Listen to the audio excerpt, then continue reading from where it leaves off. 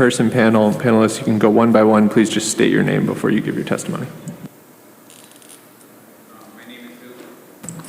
My name is Billy Kozis, and I'm a healthcare worker. I was a healthcare worker, worked for 13 years in a nursing home, and I was let go because I refused to put this stuff in my body. The COVID vaccine, experimental, it's against my religious beliefs.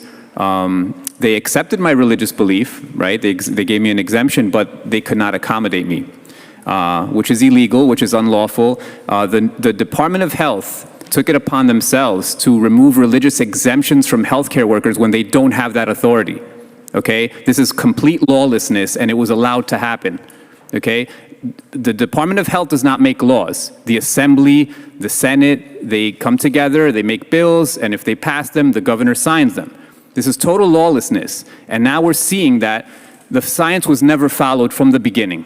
The masks don't work, the COVID vaccines did not work, people are getting booster after booster after booster, and they're still getting COVID. Then they change the goalposts. They say, it's not that it prevents COVID, but it prevents you from dying. It prevents you from getting sicker. It's all bull and it's all fake science, okay? And now the CDC comes out and says that there's no difference between vaccinated and unvaccinated, yet we're still playing these games, these pandemic games that it's not happening, okay? So when are we, and I thank you public servants who are here right now, who are respecting us and stayed and listened, because the other half is disrespectful and disgusting who left. Okay?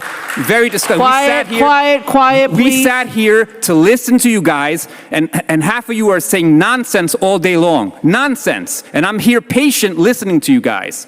Okay? Talking about silly little things. And this is the most serious thing that can happen is you guys violating our rights. Okay? And we're going to win this battle, whether it is in the courts, whatever is going to happen, we're going to win this battle because the truth is on our side, history is on our side, science is on our side, and we got this. Quiet, please, quiet. Thank you. Next speaker, go ahead. Thank you. Hi, my name is Bonnie Scala-Kildidis. I thank the council for the opportunity to speak, especially my council rep, Vicky Palladino, who has been a tremendous support to me and to my family. I was a New York City public school teacher for 28 years. I was hired in 1993. I was fired for misconduct on March 17th, 2022, after multiple attempts of applying and attempting to get a religious exemption for vaccination. They were all rejected. I am a woman of faith, and I was fired for that faith. I must add that I also had a religious exemption to vaccination in place for my children for years that was approved by the Department of Education. That stood until law changed. I can't say anything now because he already left, but that was a law that Jeffrey Dinowitz strong-armed.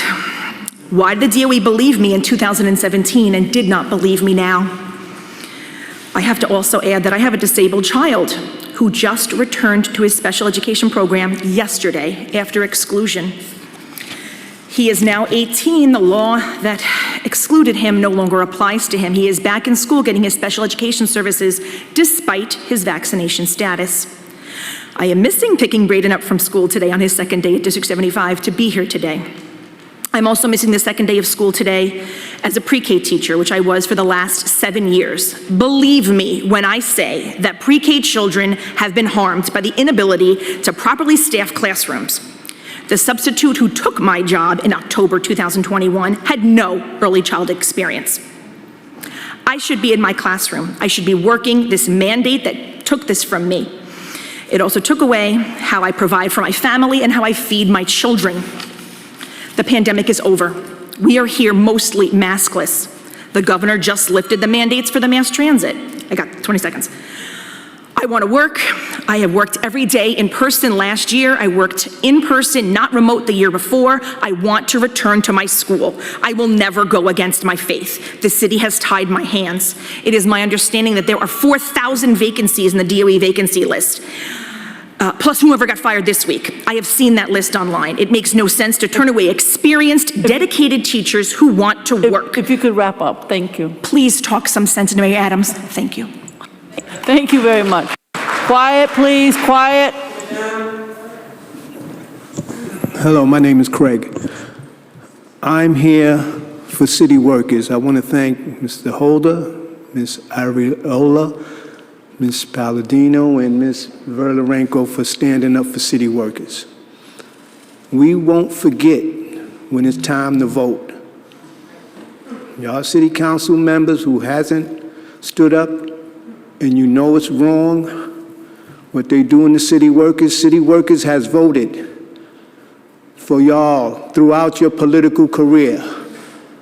From Adams, de Blasio, you name them, city workers has came to bat. And city council should not sit by and not speak up for them. When y'all didn't have a vote, you was begging for votes and didn't have a window to throw it out. You came to city workers and asked them to vote for you and to watch them, to see what's going on while they getting ready to hire 25 teachers from another country. And you sit here and you don't say nothing. And these people pay union dues for years. It's a shame. And we are gonna remember. You better make sure we're gonna remember when you come asking for our votes in front of train stations.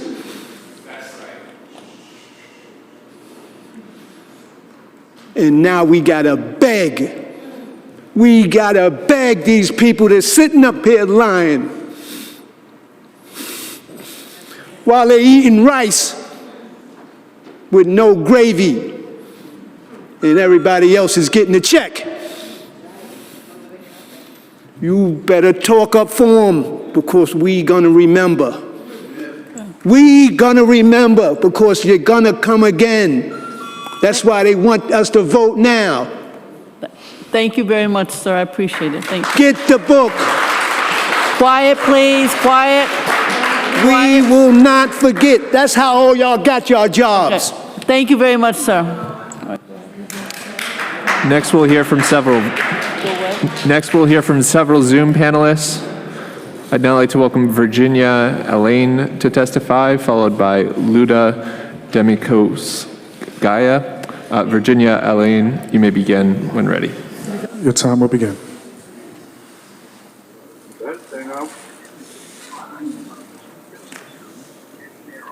The studio system was another Judy Garland whored out. They were all the child actors get it the worst.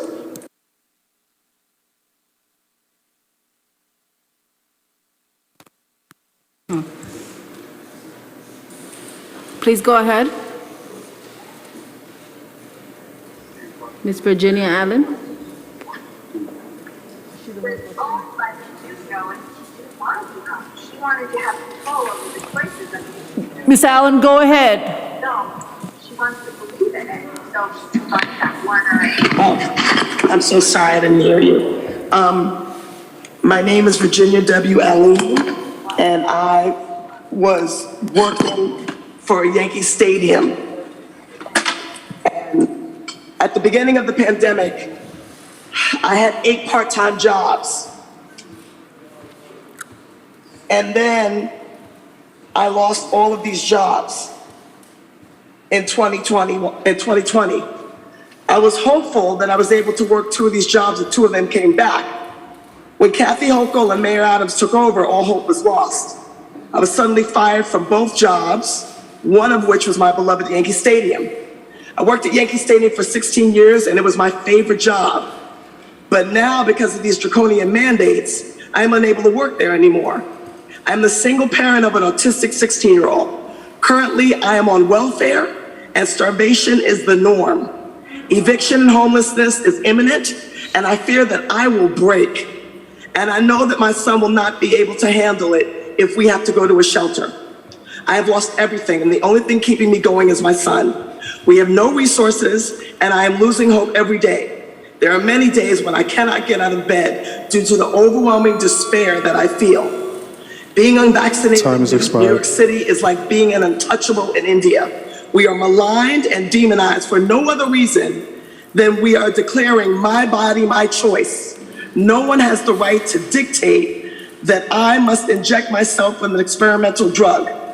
These vaccines have not been tested, and the long-term effects include myocarditis, blood clots, and death. I will continue to stand on my square and say no to these vaccines. I fight for all the workers who were fired, because we all know that the panacea for this virus is not found in a needle. Right. But mostly I fight for all those people that committed suicide from sheer loneliness and isolation. Thank you very much. Thank you very much, Ms. Allen. Quiet, please, quiet, because we want to hear the next speaker. Thank you very much, Ms. Allen. I'd now like to welcome Luda Demikovskaya, followed by Matthew Connor, and then Ileana Gordon. Luda Demikovskaya, you may begin when ready. Your time will begin.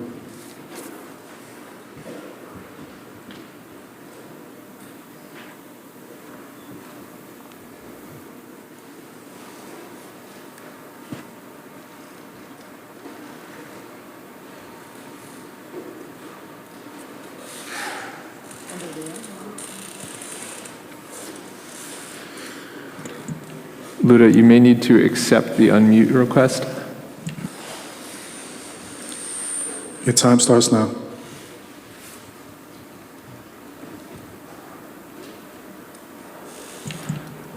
Let's come back to her. I'd now like to welcome Matthew Connor to testify, followed by Ileana Gordon. Time starts now.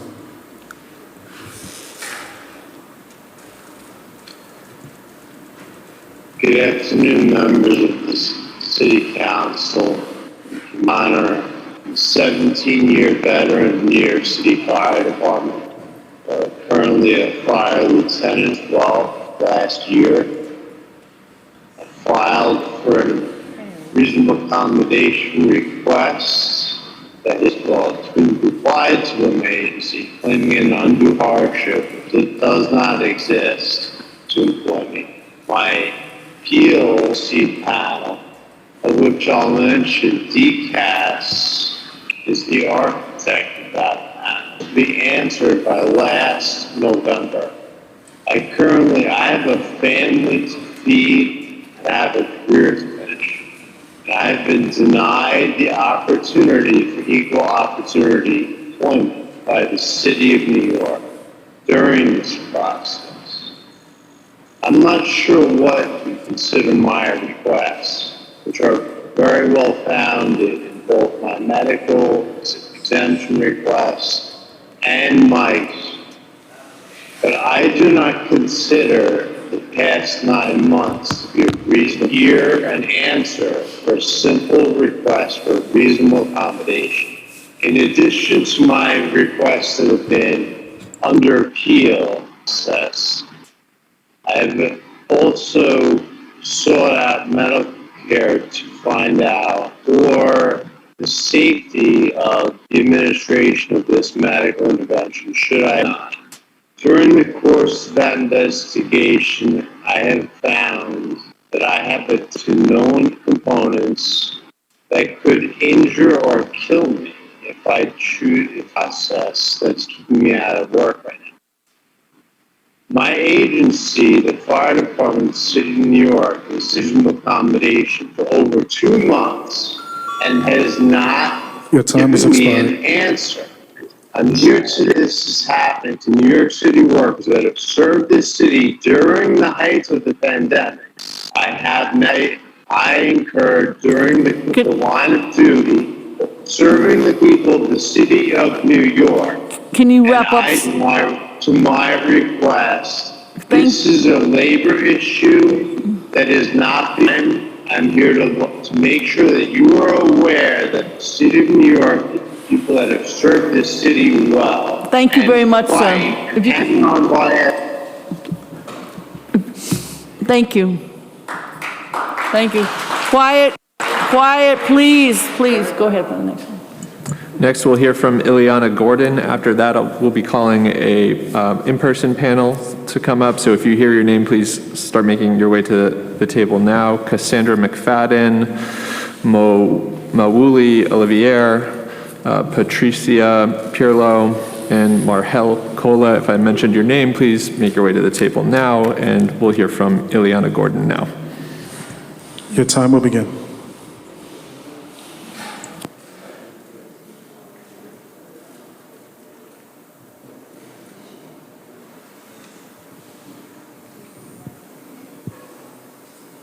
Time starts now.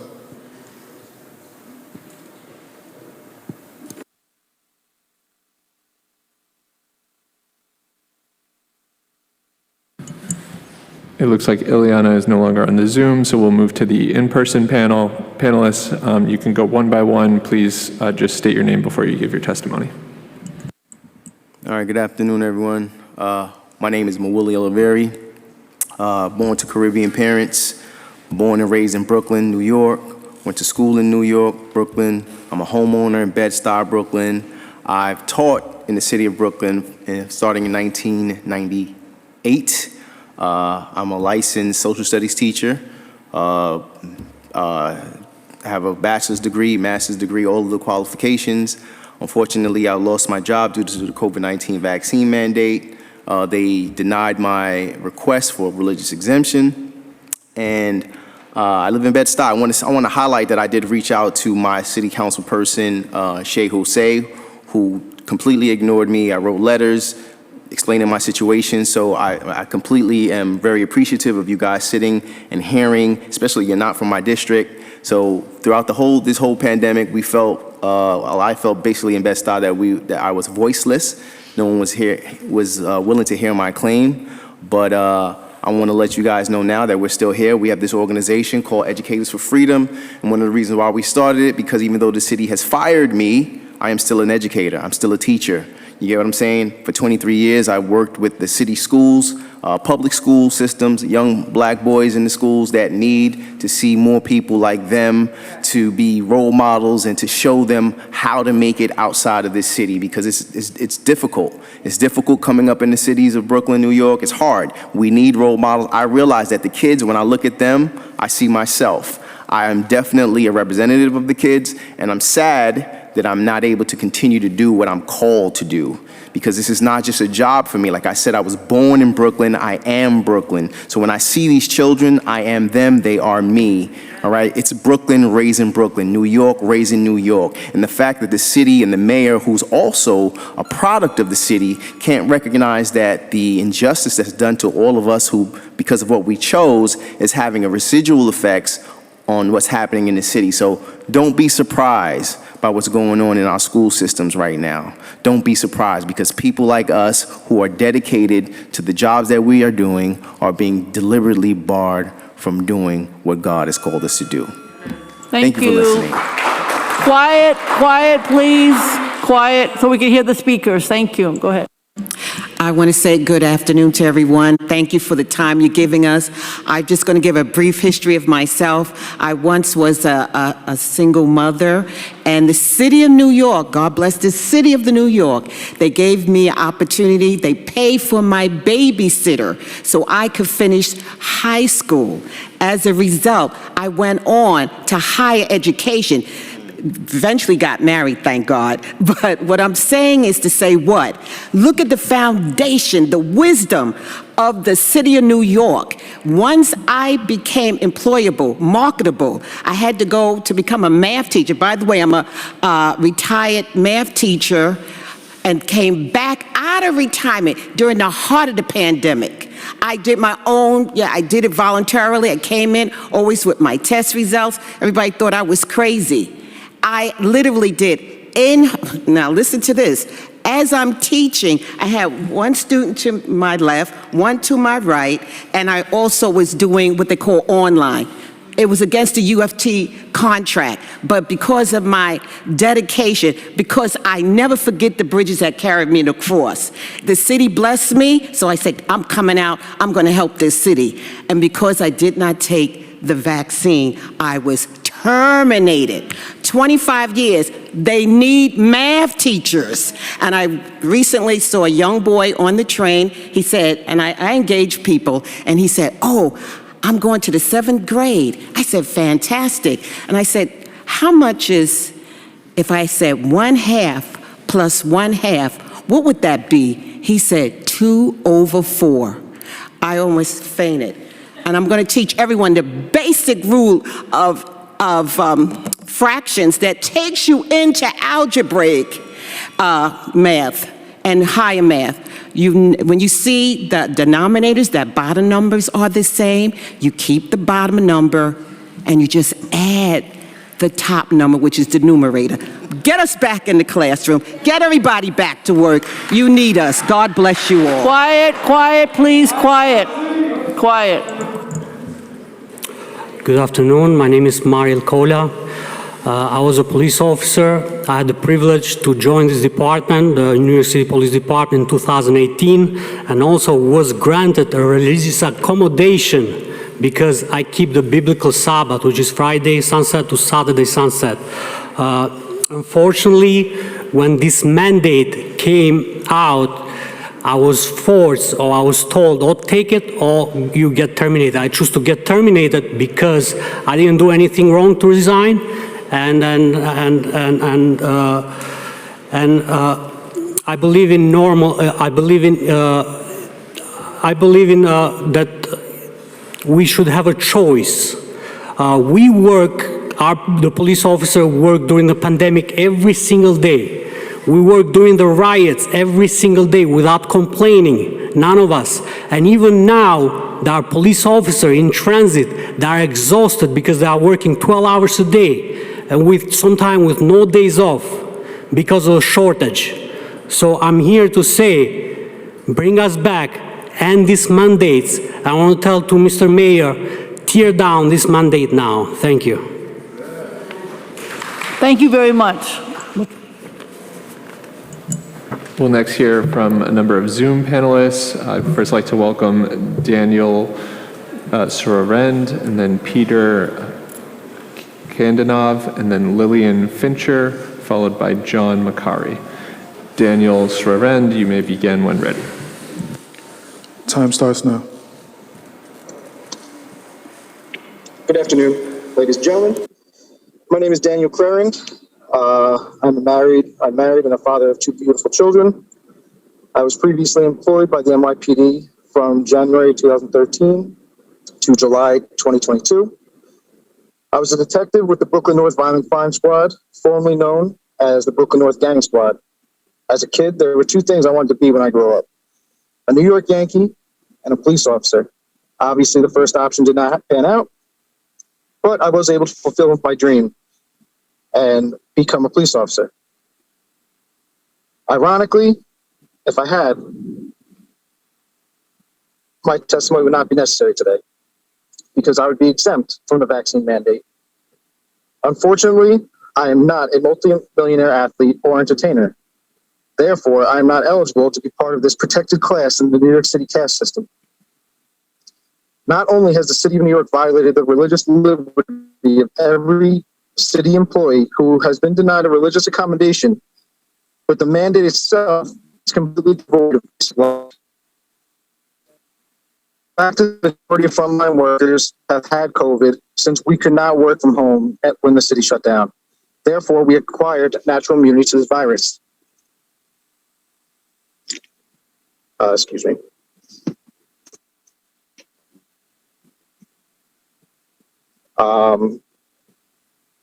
Going back to May 5th, 2021, during a Governor Cuomo press conference, he stated, "You cannot mandate vaccines because these vaccines are approved under something called an emergency use authorization, and by law, you cannot mandate a vaccine approved under an emergency use authorization." I myself went to a vaccine site back in June of this year and requested Comirnaty or Spikevax, which are the only two FDA-approved versions of the vaccine. They were not available, and I was told they've never been available at the NYPD vac site. Also, as of last month, the CDC has revised their COVID-19 guidelines and stated CDC's COVID-19 prevention recommendations no longer differentiate based on a person's vaccination status because breakthrough infections occur. Though they are generally mild, the persons who have had COVID-19 but are not vaccinated have some degree of protection against severe illness from their previous infection. Combine all of this with the fact that back in August of 2021, the director of the CDC, Rochelle Walensky, stated in reference to the vaccine, what they cannot do anymore is prevent transmission. That was 2 months before the inception of the vaccine mandate. If anyone could explain a reasonable argument for firing thousands of city workers for not receiving a vaccine that does not stop transmission or infection from COVID, I would love to hear it. The simple fact is that there is no logical argument that can be made. You cannot make that make sense. Expired.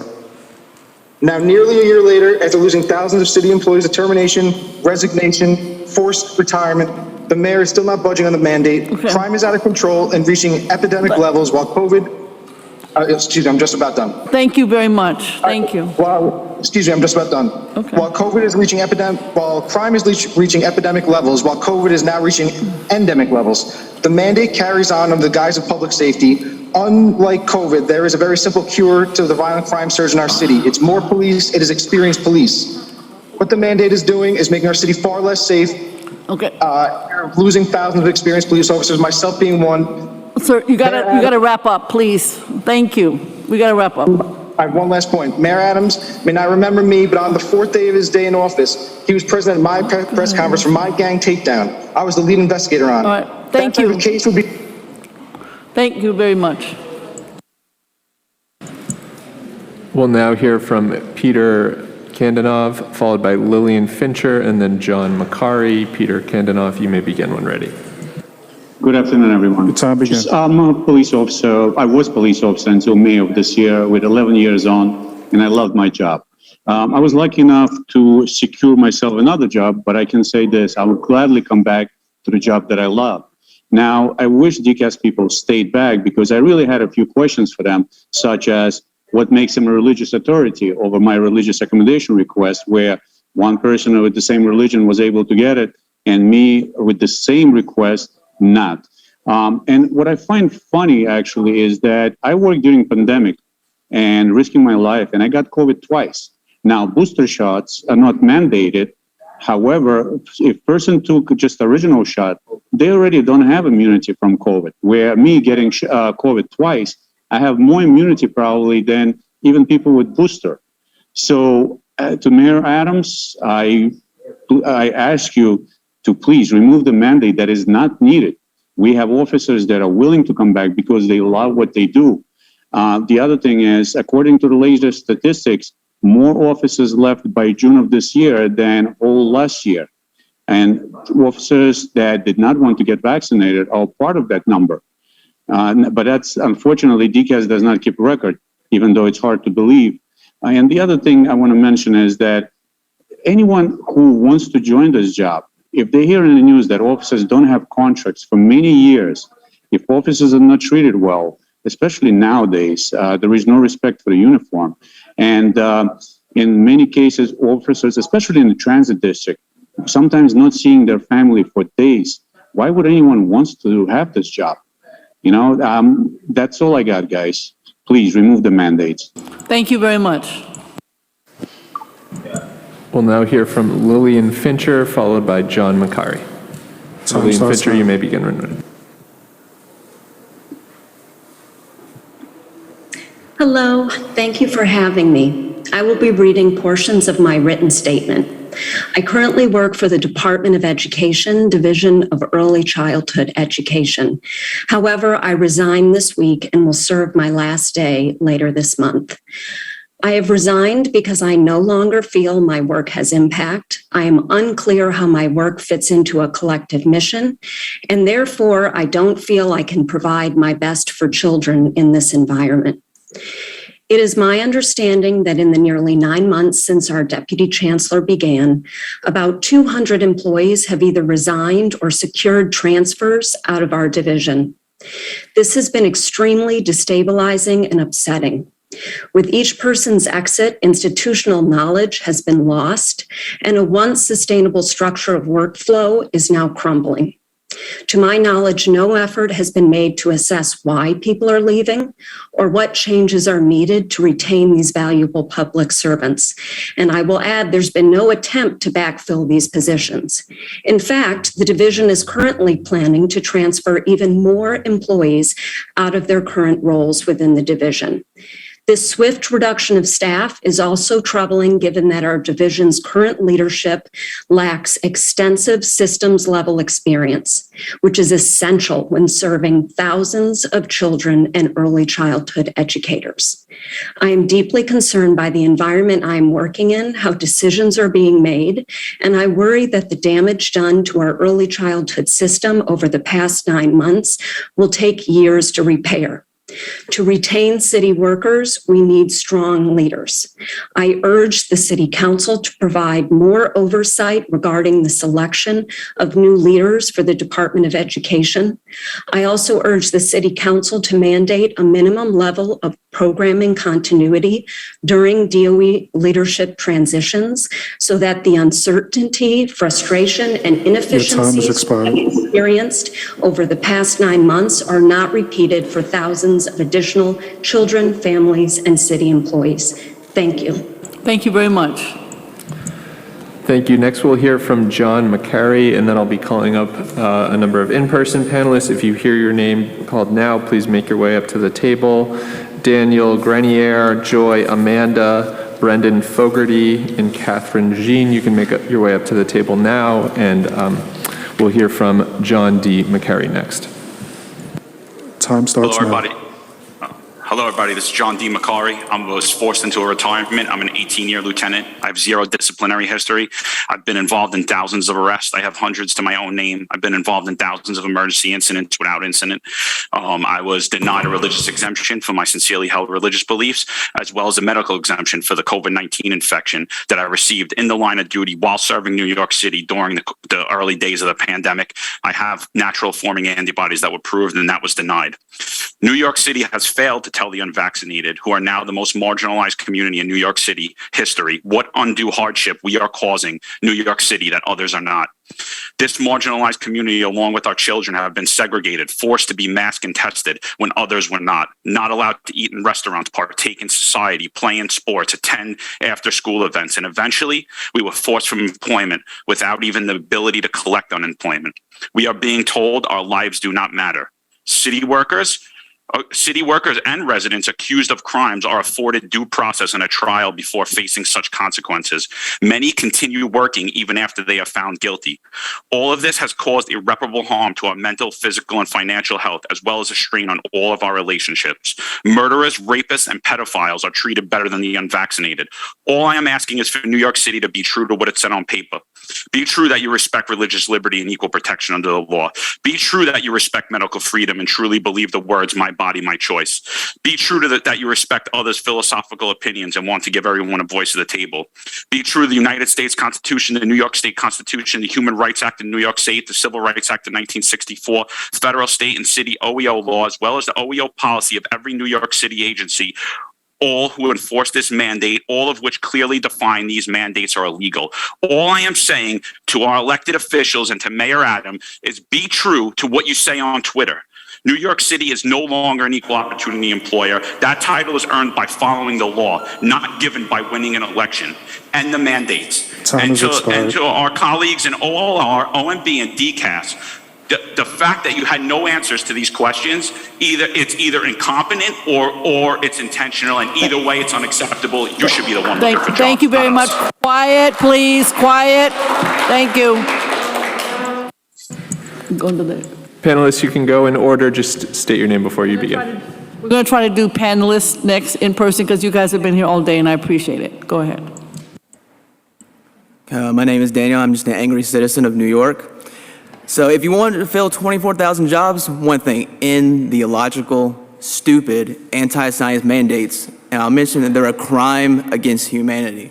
Anyone who perpetuated or pushed this is complicit in that. And I haven't heard one person, since I've been here today, talk about actual treatments for COVID. Not a stupid mRNA gene therapy, which causes people to get blood clots, myocarditis, you name it. There's literally over 1,000 side effects listed on Pfizer's documents. But ivermectin, hydroxychloroquine, zinc, vitamin D, vitamin C, quercetin, the list goes on and on. A study came out last week, 92% effective rate for ivermectin against COVID mortality, 100% effective against preventing hospitalization, over 80,000 participants. Nobody talks about it. I haven't heard one mention of that. We've known since March of 2020 that hydroxychloroquine treats COVID, and we're still going on and on about this stupid gene therapy. So if you want to fill 24,000 jobs, step one is to end the stupid mandate. Point blank simple. I'm tired of hearing about flowery cafes. That can do nothing. But we'll circle back to that. And I want to touch on this too. I know this is an employment crisis, but what we're doing to the children is another crime against humanity. I just saw a study from the CDC. They took a survey, 13,000 participant survey of children 2 years old and younger. Over half of them have systemic side effects from the shot. And from 6-month-old to 5 years old, there's over 1,000 in the VAERS reports of little babies and toddlers side effects from the shot, and over 200 of them had to have an emergency room treatment. Thank you very much, sir. Thank you. Hello. Thank you for having us. To those that did stay, thank you for waiting. Thank you for being patient. To my fellow New Yorkers back there, thank you for being patient as well. We're strong together. I just have a few things to read. I'm trying to do it real quick. I know I have 1 minute and 40 seconds. A portion of what I want to read and what I want to express to you all, first and foremost, of course, I am a New Yorker, born and raised. I am third generation Puerto Rican, second generation Colombian. I'm a single mother. My son will be 19 next month, and he didn't get to finish high school because of the mandates. I was here this time last year to give a testimony about how the school can open back up with the DOE, because I was also a DOE employee, and today marks 365 days that I've been terminated. And my son sent me a statement last year that I wanted to read. I'm trying to read it within 10 seconds. I won't cry over losing the graduation I had always envisioned that was rudely changed by the newer system, but it did damage my willpower and will scar me for the rest of my life, as graduation is only once and a lifetime experience. That's from my son, 19, who also wrote me a statement. I won't read it right now, but he let me know that seeing me struggle, knowing what I did and knowing what has gone on, it breaks him, but he sees how strong I am. Again, today makes 365 days that I have been terminated. I had to face a choice. I was put in a position to choose stability over virtue and morality, but I chose virtue and morality. I committed my life to staying true to my morality as of 365 days. I was forced into a decision that eventually became comfortable to choose, because my principles mean more than a paycheck, and my virtue means more than a value. I realized my life struggles, destiny, and prepared me to testify in front of God and testify in front of you to let you know that you need to repent. 365 days, I had no courage or fire, but that 365 days being terminated lit a fire in me that said, go out and fight for your people, fight for New York City. Just know that the people are coming, and we will be on that side where you are. As you sit quiet, we will be there. Best believe it. Thank you very much. Quiet, please, quiet. Go ahead. Good afternoon, everyone. Thank you for having me here. My name is Catherine Jean. I am a registered nurse. Before I was wrongfully terminated, I used to work for the City Hospital, Queens, and also Young Adult Institute. On September 27, 2021, I was placed on leave without pay and was terminated on November 28, 2021 from Queens Hospital. And on January 14 of this year, I was also terminated from YAI. Both of these companies terminated me without acknowledging my sincere religious exemption letter, which I submitted to both companies' human resources. I was discriminating against my religion, which violates my Title VII of the Civil Rights Act. We, the people, have the right to choose what goes in our body, especially if it's against our belief. And also, I believe my body is a temple of God, as it says in the Bible, and therefore, by forcing me to take an experiment vaccine, which until now there is no transparency on what's in this vaccine. Also, myself, I had COVID in 2020, and I developed natural immunity, and since then I've been fine with no COVID. This left a big impact in my life and also in my family, because now I'm left without a job. I love what I used to do as working as a nurse, taking care of my patients, which also is a great reward for me, because it was always my dream as a young girl to become a nurse. And now I feel that for the past year, it's went down the drain. This has caused great impact, which is financially, I had to remove my children from Christian school because I couldn't afford to keep them there. You know, a lot of bills, I'm in a lot of debt, and it's been very harsh. And I hope the mayor change their mind and give us back our jobs. Thank you very much. Quiet, please, quiet. Go ahead, sir. Hello, everyone. My name is Brendan Fogarty. I was a captain for the New York City Fire Department. I served for 20 years, and I went from being essential to being disposable from the mandates. And my religious exemption was denied, and I received those threats of termination, and I retired. I would love to go back to my job. I normally get nervous when I speak in places like this, and I always say this prayer: God, grant me the serenity to accept the things I cannot change, the courage to change the things I can, and the wisdom to know the difference. We're going to be on the right side of history. The people who are against us are against civil rights and religious freedom. We deserve to have our jobs back. I could feel this crisis you have of people who can't figure out how to close this gap. Get rid of the mandate, okay? We'll get our jobs back. That'll narrow the gap. Get rid of the mandate so you can attract more people who actually have values in their lives and will come and work in this city, okay? I never took this job to be rich. I took it to be secure, okay? I knew I wouldn't get rich, but I was told it was a secure job. I have 4 children and a wife.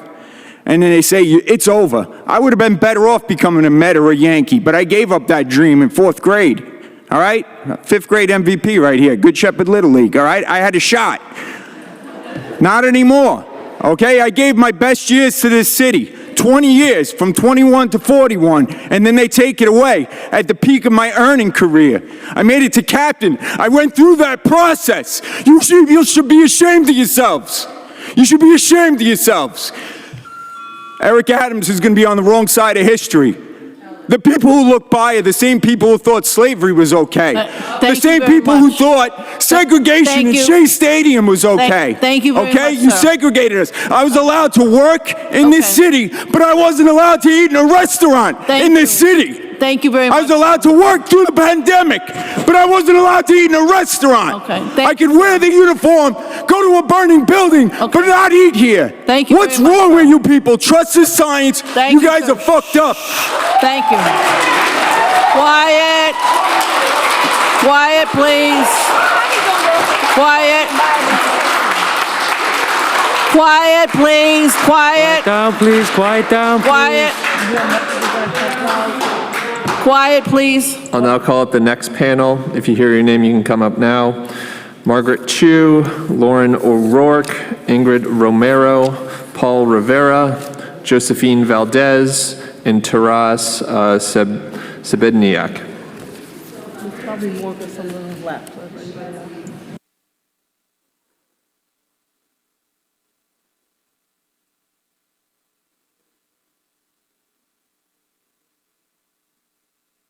Since we have 3 more open chairs, let's also bring up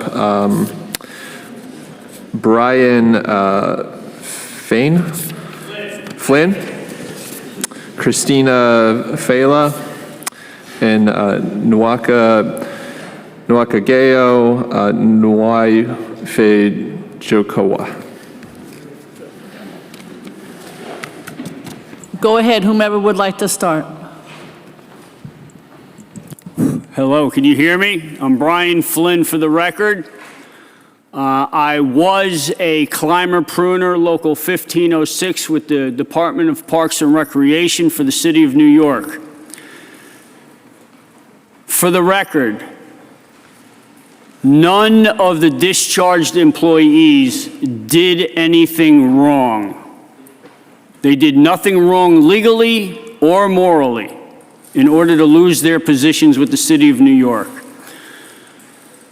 Secondly, our previous panel, the Department of Citywide Administrative Services, was the review board, the appeal board for the exemption process. How do I know that? My emails will prove that.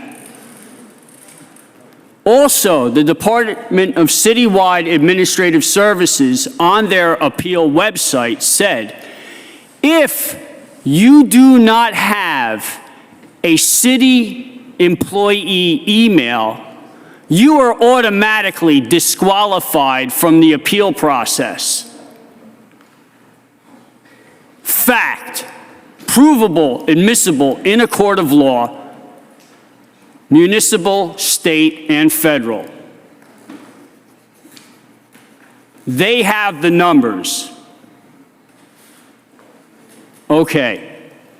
On another note, I was told to say, Brian, when you get there, tell them how the mandates impacted your life. I have a question for everybody here. Masked and unmasked, vaccinated and unvaccinated. I want to ask you all a question. How did these mandates not impact your life? Can any of you answer me that question? Thank you. Thank you very much. My name is Christina Fiala, and like many others out there, I'm just one teacher who have become greatly affected by these mandates. Before I begin, I'd like to mention that I've submitted a longer version of what I'm about to say. I beg you all to really read it. Don't just skim through it, but please read it.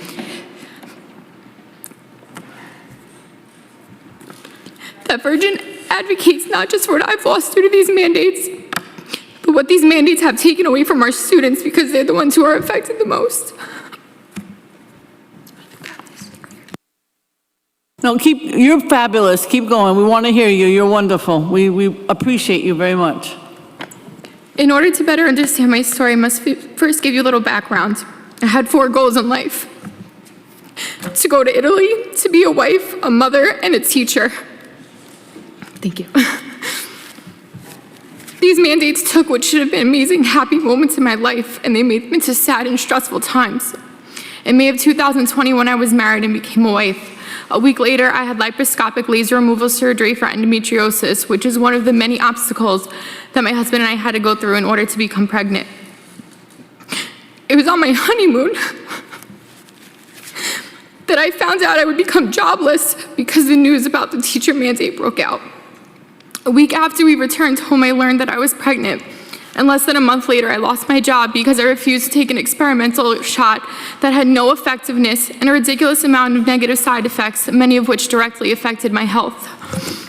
Being a high-risk pregnancy, I applied not for a medical exemption, but for a medical accommodation.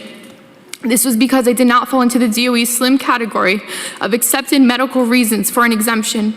I was also told by numerous doctors that they were not allowed to write an exemption letter for being pregnant. I did, however, get one doctor to agree to recommend working remotely or in limited capacity, since the CDC did consider being pregnant a high risk for dangerous forms of COVID. While waiting for the decision on my medical accommodation, I also tried to apply for a religious exemption. As a Roman Catholic, there are multiple reasons I refused this injection. When I attempted to submit my exemption in the solar system, I was blocked from applying. If you can wrap up, we will read every word of your testimony. Go ahead. Essentially, I wasn't allowed to apply for a religious exemption because by the time I got my denial, the deadline was over. So I'm sure many people think, why can't you just go to another state and teach? But the answer is simple: it's impossible. Working as a New York City public school teacher in this system, you give a gift you can't receive anywhere else. As a New York public schools teacher, we're blessed to work with a diverse group of kids, each with their own story, their own needs, and the very way they touch our hearts, leaving a lasting impression. Being a New York public school teacher changes the way you see the world. I'm just one teacher, I'm one staff member, but there are thousands throughout me. Thank you very much, and thank you for coming today. Next, really appreciate it. Before I start, I just want to say I'm reading this on behalf of Josephine Valdez. Okay. She had to leave. She was a Okay, power go ahead. professional for the DOE, and she had to leave for... Go ahead. Okay. So Josephine states, I will not conform to the political corruption that has taken over this nation. I am not here to beg for my job back. I am here to simply state the truth. The fact that we are heading into 2023 and New York is still under unlawful mandates solidifies my distrust in our government. While I sat here, I looked up at the ceiling and read the following quote from Abraham Lincoln, "A government of the people, by the people, and for the people." Does that not hold true anymore? I never consented nor supported any of the unconstitutional, abusive lockdown procedures and mandates. They helped to increase the destruction of our humanity. Like most abuse victims, we were placed in isolation and held captive in our own homes, deprived access to our daily activities under the guise of public health and safety. Firing me and many others while coercing and threatening us is not about safety. It is about control. My parents came from the Dominican Republic to seek a better life in America. Living here is no longer an American dream, but instead has become the American nightmare. I will never forget what has been done to us, even with the attempts to love bomb us, just like an abuser does, into thinking we are going back to normal. You cannot undo the humiliation, the division of families, the many children that have committed suicide, the denial of basic human services, the increase of drug and alcohol abuse, businesses destroyed, and trillions of dollars that went to the corporations while we, the people, suffered. Anyone with a moral compass knows that these mandates are wrong and was done to punish the rebels and truth seekers that can see through the manipulation. This meeting mentions job loss and open vacancies as if many of you in this room didn't accept and consent to that removal of our God-given freedoms. When it comes to this supposed pandemic, the solution to a problem shouldn't cause more problems, unless this was purposely designed to create all the issues that we are facing right now. So many experts, and not one in psychology that could call out all of this that has been taken out of the playbook for cycles of abuse. I know the true answer, and I know that some, if not all of you, know it as well. Thank you very much. My name is Lauren O'Rourke. I'm a retired NYPD detective from the Fugitive Enforcement Division.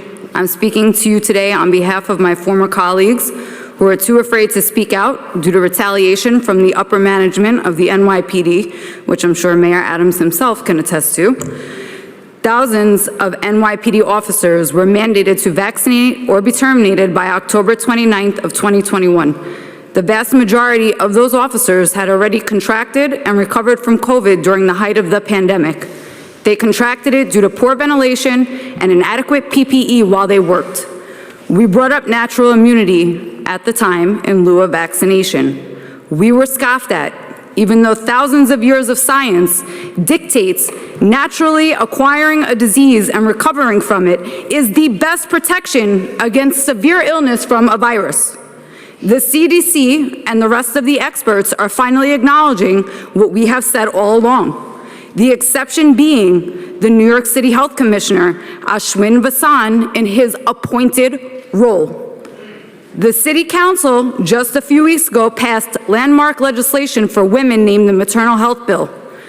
Hundreds of NYPD officers who were pregnant or undergoing the grueling process of fertility treatments were treated like pariahs. They were forced to choose between their unborn children and putting food on the table. They were forced between taking a shot for a disease that they had already acquired and their own chances at motherhood. Their medical accommodation requests were denied in the cruelest way, as we all watched unvaccinated millionaires play a sport or hold a concert without the same mandate.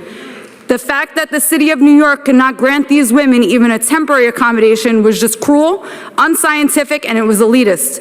There are no long-term studies on these vaccines and their effects on reproduction and fertility. As usual, women's health is pushed to the back burner by a man who knows better. The mandate is inhumane, unscientific, and unforgivable. The damage these mandates have caused will not be forgotten quickly. The men and women of this department deserve better. The residents of New York City deserve better. Our student athletes deserve better. Our teachers, firemen, sanitation workers, and nurses deserve better. Thank you very much. And the blue-collar workers that keep this city going deserve better. Thank you Please very end much. these mandates. Thank you. Gentlemen, you're next. Here, sir, you're next. Hi, yes, is this on? Hi, yes, my name is Taras Chibiniak. Were you listening closely earlier today? I think that we heard some news from Circleback Psaki, little mini Jen Psaki, who was sitting right here. She used the following phrase. She said, during the pandemic or now. Play back the tape. What does that mean? It means that the mayor's office considers the pandemic to be over. During the pandemic or now. Now is now. It's after the pandemic. A couple of weeks ago, a good friend of mine was given an ultimatum by her NYC employer. Get the COVID jab or you're fired. Violate your medical and bodily autonomy with experimental injections or you cannot earn a living. Mayor Eric Adams violated my friend's body. He violated the bodies of thousands, perhaps millions of New Yorkers. This makes me sick and it resonates in a terrible human history. It does not matter that Mayor Adams doesn't enforce the private mandate. Reputable employers will never knowingly violate standing law. Therefore, the cruelty and human rights violations remain exactly the same. Why is the worker mandate still on the books if it's not even enforced and there's no emergency? Imagine that politicians ripped away your ability to earn a living if you didn't submit to a medical intervention that you did not want, that can be medically dangerous to you, that you don't need because you already had the disease, that causes heart problems, strokes, blood clots, and suppresses your immunity, that doesn't prevent infection or transmission, that we know has been lied about for over 2 years by politicians, public health officials, the media, and people who wear white lab coats and call themselves scientists and physicians. The consequences of making your own medical decision is that you'll be unable to pay your rent, to buy food for yourself, to buy food for your children, to pay your bills, to buy gas for your car, for an entire 9 months. What I've described as pure cruelty, and I will go so far as to call it pure evil. Anybody who does not stand against this, pure evil. The Nuremberg Code prohibits governments from leveraging coercion and forcing unwanted medical interventions. The code is clear. The voluntary consent of the human subject is absolutely essential. This means that the person involved should exercise free power of choice without the intervention of any element of force, fraud, deceit, duress, overreaching, or other ulterior form of constraint or coercion. I am nearly complete. Thank you. I must put the mayor's COVID hypocrisy on the official record. Barely a day goes by without pictures of Mayor Eric Adams plastered in dense crowds all over social media. No masks anywhere, no social distancing, packed events every single day. There is no emergency anymore in New York City. Mayor Adams is fully injected, he's fully boosted, he's still got COVID, and he likely spread it to others. New York City is the greatest city in the world. We're the people who live here.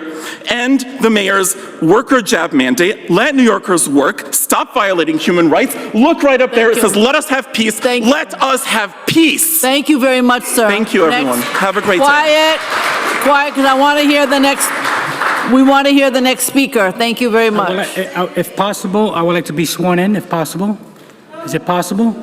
Go ahead, you're fine. Okay, my name is Raul Rivera. I'm a New York native. I'm a TLC driver and a TLC driver advocate. Taxi drivers in New York City, if they get pulled over and they can't show proof of vaccination, they're gonna get ticketed. But I have a challenge for you, Ms. Brewer, and for the council, and thank you for staying, because I spoke to the other two council members and they just walked right out.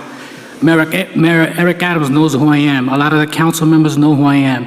Mr. Eric Adams used to be the borough president of Brooklyn. When he was the borough president of Brooklyn, listen carefully, because this is a challenge for you guys. He was letting his staff at Brooklyn Borough Hall get tested while everybody else had a deadline of October 29. I have audio from a staff member that he knows that's been with him for many, many years, working in Brooklyn Borough Hall. I have the audio from her.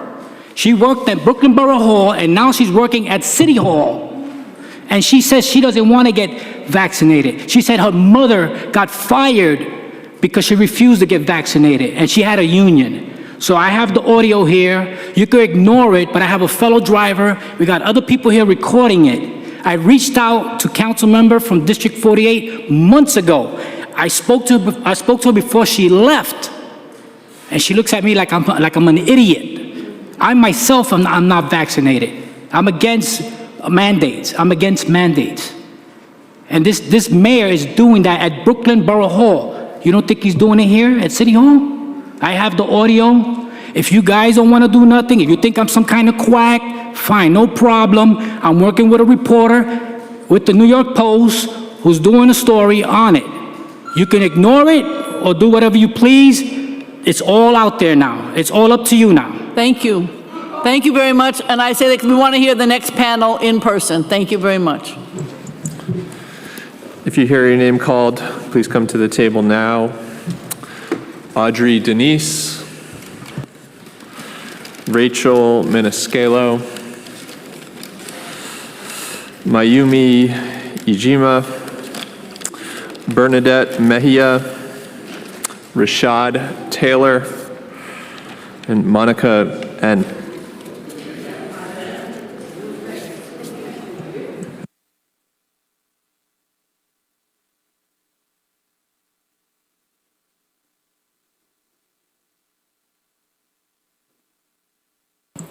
Go ahead, whoever wants to start. And please just state your name before we begin.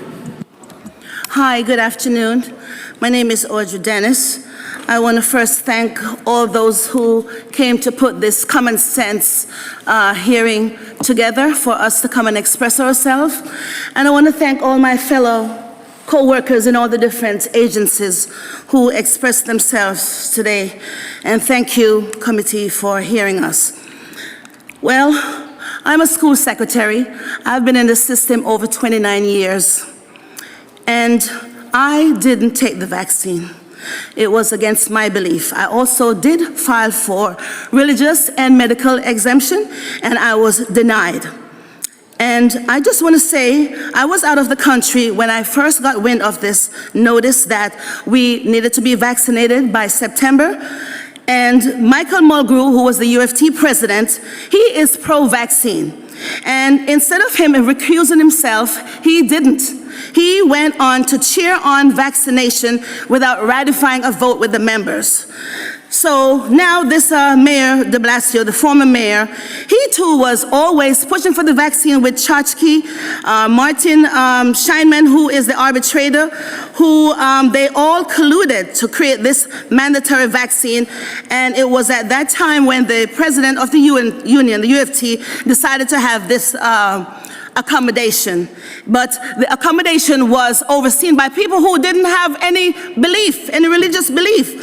So now we had to file appeals, file court cases, and these appeals are going on with lawyers and judges, and these judges have their hands all dirty because they have stocks, they have shares in this, in all these different vaccines. So I just want to say something too with this My Body, My Choice. When we saw the case with the Roe versus Wade, we saw where our Michael Mulgrew and others who refused to allow us to have our own rights said that he is for my body, my choice. But yet, whose body was it when they were asking us to vaccinate? Whose body? Was it his body? Is my body his body?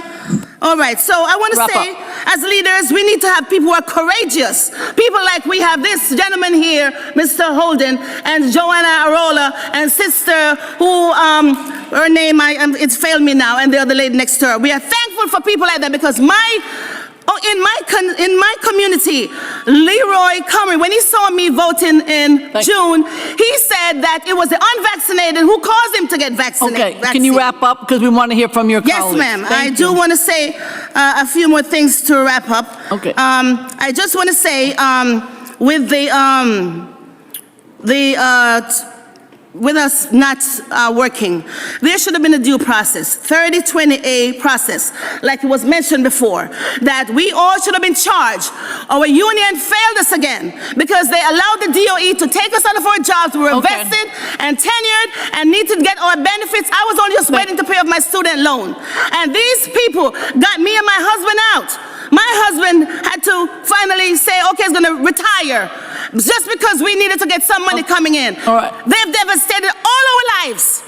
So I'm glad to let this go out because Mayor de Blasio, Mayor Eric Adams did not speak with us. All right. He went on doing the same thing de Blasio did. Either you take the jab or no paycheck. Thank you very much. I want to hear from the next speaker. Go ahead. Good afternoon. My name is Mayumi Cindy Ijima, and thank you for the opportunity for me to speak here. I'm here because I'm concerned about the vaccine mandate that has affected thousands of people, including my family. And also, I've seen so many people, the jobs have been terminated, as you have already heard. I came here from Japan as an adult because New York City was my dream city, the United States, a great country. I was so happy to be here until the pandemic happened. I thought New York City was the greatest city in the world, but my conception, my view has completely changed since the pandemic. After the pandemic happened, the lockdown, thousands of small businesses were killed.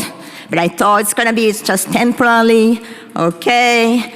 And the vaccine came. I made my personal medical choice because an experimental vaccine, I thought I was not gonna take it. At least I was going to see how it works. And vaccine mandate came. I couldn't go to a restaurant. I was excluded from the dining, restaurants, gyms, so you name it. But I thought it's going to pass temporarily. And December last year, Mayor de Blasio imposed a vaccine mandate for private employer.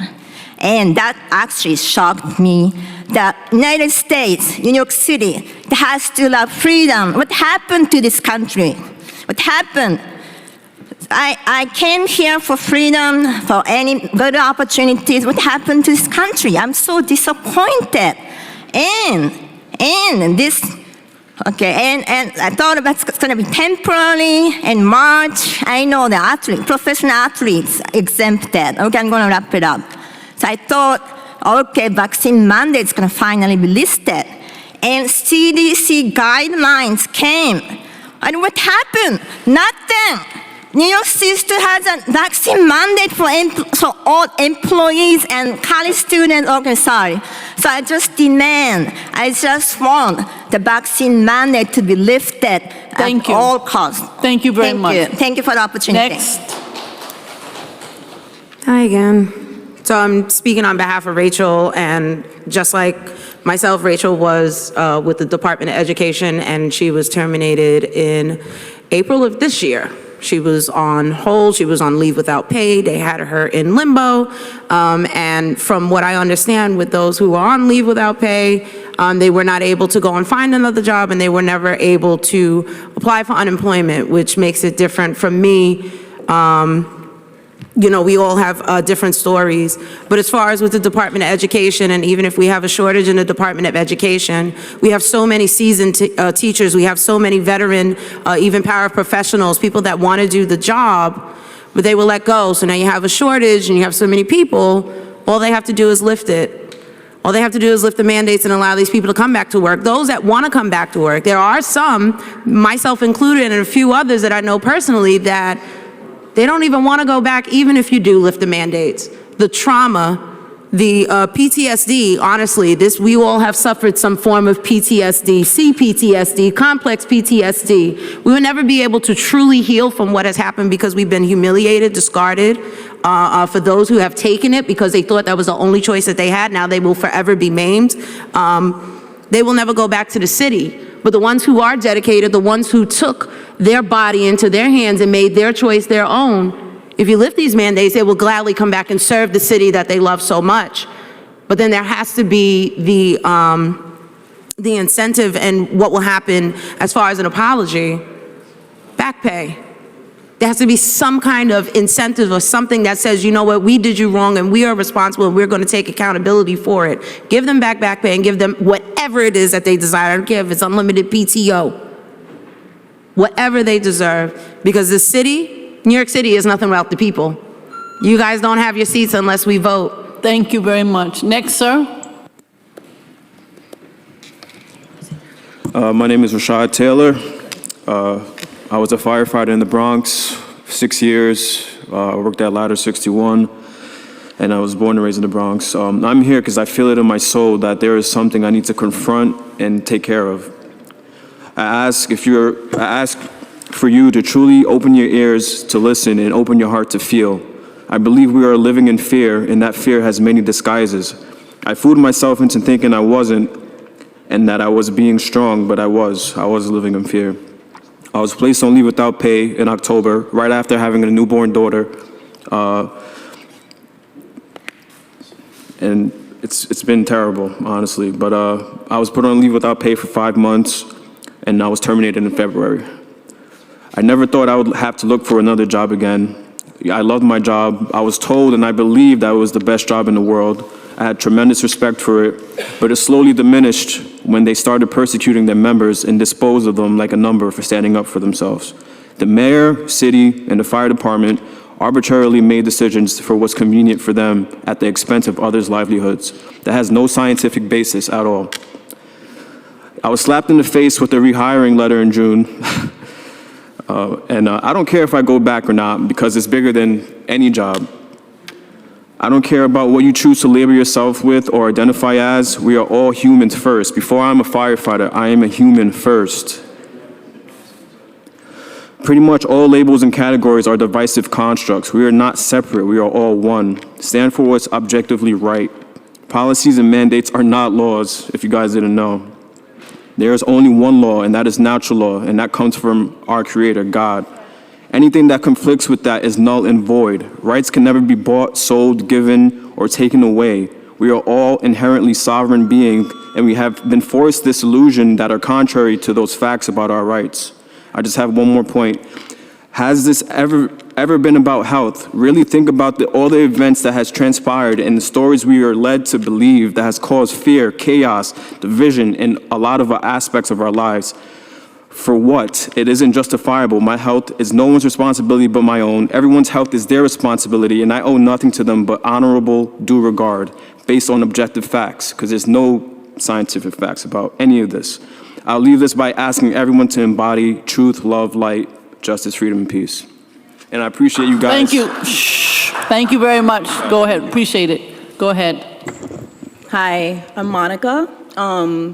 And I just wanted to say, I didn't lose my job due to the mandates like so many people here. I lost my job because it shut down due to lockdowns. But I'm seeing the effects every day of what these mandates have been doing to everybody. And it's actually been hard for me to find a new job because of these mandates, and it's been over a year. I refuse to get vaccinated because it is my body, my choice, and I don't need any other reason than that. All you have to do is look around to other states to know that these mandates are not about like being necessary to keep us safe, and they're the reason that everybody is jobless in New York and fleeing New York to go to places like freedom-loving Florida, who doesn't have mandates. I heard some of you asking for solutions to the large number of unemployment in New York City, and the solution is simple. Remove the mandates, period, for all companies, not just city jobs, but for the whole city. And how about using the funds that were wasted on advertising for these vaccines and ads for people to comply with masking, etc., on job trainings instead? Use the funds for lowering crime in the city, like hiring more NYPD and removing their mandates as well, so that people actually want to stop leaving and stop being scared to be here. And maybe use some of that money also to help businesses stay open and or reopen the ones that couldn't survive the pandemic. New York City is suffering, and it will only get worse if something isn't done now. Use your voices, I'm imploring you, not just as our public servants, but also as fellow New Yorkers, to fix what has been done to all of us. Thank you very much. Go ahead.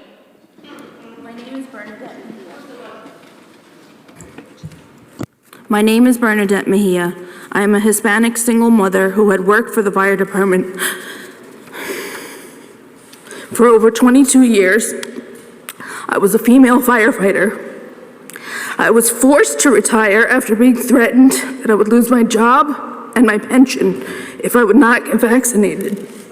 I was denied a religious exemption.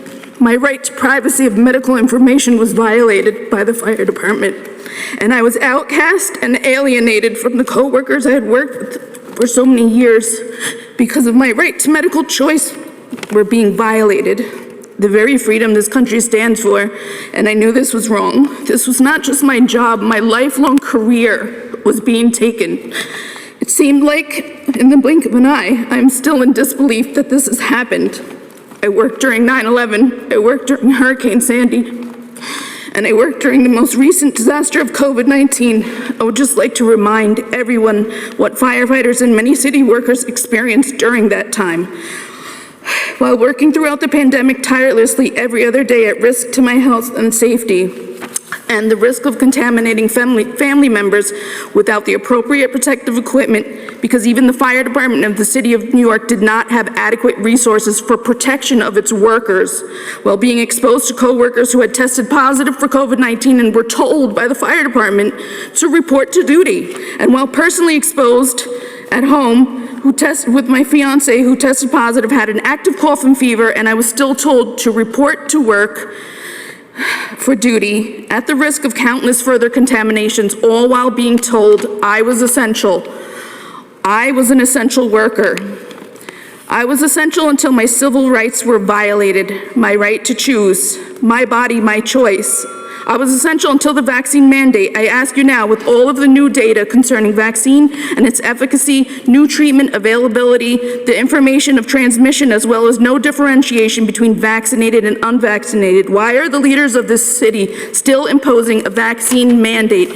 My future stability was taken from me. The future of a stable pension to provide for my family is now gone. Return all workers who were affected and punished for their right to a medical choice. Restore justice to a civil rights violation that was imposed by failed city leaders. End this vaccine mandate. Can you wrap up? Thank you. Thank you very much. I appreciate it. We got to keep moving because we have, ma'am, if you don't mind, we have one thing, the PR code, the problem code. Many of us were not working. Yeah, we know that. There was a code that was placed in our record. Thank you very much. Thank you so good much. To know. Now I'll call up the next panel. If you hear your name called, please come up now. Imoya Monroke, Gabriel Dalte, Daniel Hullover, Tim Heaton, Mandel Bailey, Akila Norris. We'll call up a few more names. Paul Schwelt, Thomas Olson, Sophie Medina, Robert Bainome, and Catherine Diab. So is there anybody in the audience who signed up who has not spoken, who've signed up? Well, they can hear me. Oh, they're coming down. Okay. Thank you. If there's anybody whose name has been called, please feel free to join us at the table. And if there's anybody who's been signed up but hasn't been called, please join us.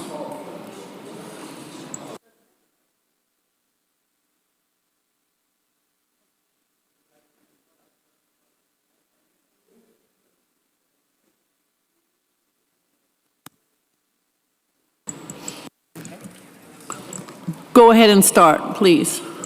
My name is Imoya Monrock. I have been in New York for many years, a city that I love. I've worked as an actor, and I'm being discriminated against since the mandates. There are many actors who work background work, or who work principal work, or who work in theater. I'm also going to speak on behalf of artists that the city claims are essential part of the city. They're the ones who entertain, whether comedy or whatever, to get people to survive this pandemic mentally, whether they were watching TV or otherwise. We're not able to work those who are unvaccinated. Those who are unvaccinated, we're asking that the city investigate the union, the Screen Actors Guild, along with other unions, because I listened today and I realized the union is a roadblock. It's a loophole, it's all of that. They're claiming to represent us, but they're not. So looking at what the union is doing will be very important. I'm about to lose my health insurance that I had accumulated before because I worked right after the vaccine. Mayor Eric Adams teased us and gave us hope by saying that entertainers and sports people would get exemptions. Who got the exemptions? The people with the fat bank accounts. Many of us do not have that, and we have had to turn to the city, and it's an expense on the city to pay rent, to give food stamps and all of these things, which also puts a strain on having workers. I have friends who work in the system who've lost their jobs as well. They now, the food stamp people have to go for food stamp when the city is not paying them. In the meantime, that they're asking for exemptions, they're not getting it, they're entitled to it, and there is no payment while they wait. And I listened to the lady who was circling and circling and circling the globe.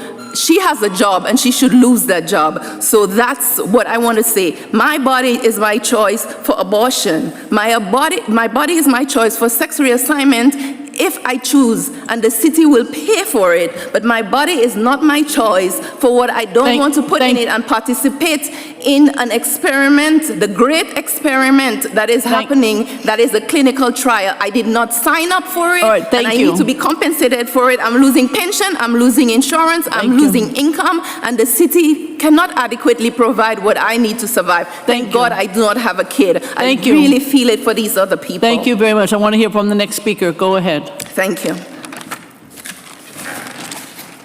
Hi, my name is Danny Holkauer. I worked for the New York City Department of Sanitation. I was terminated for refusing to take the vaccine.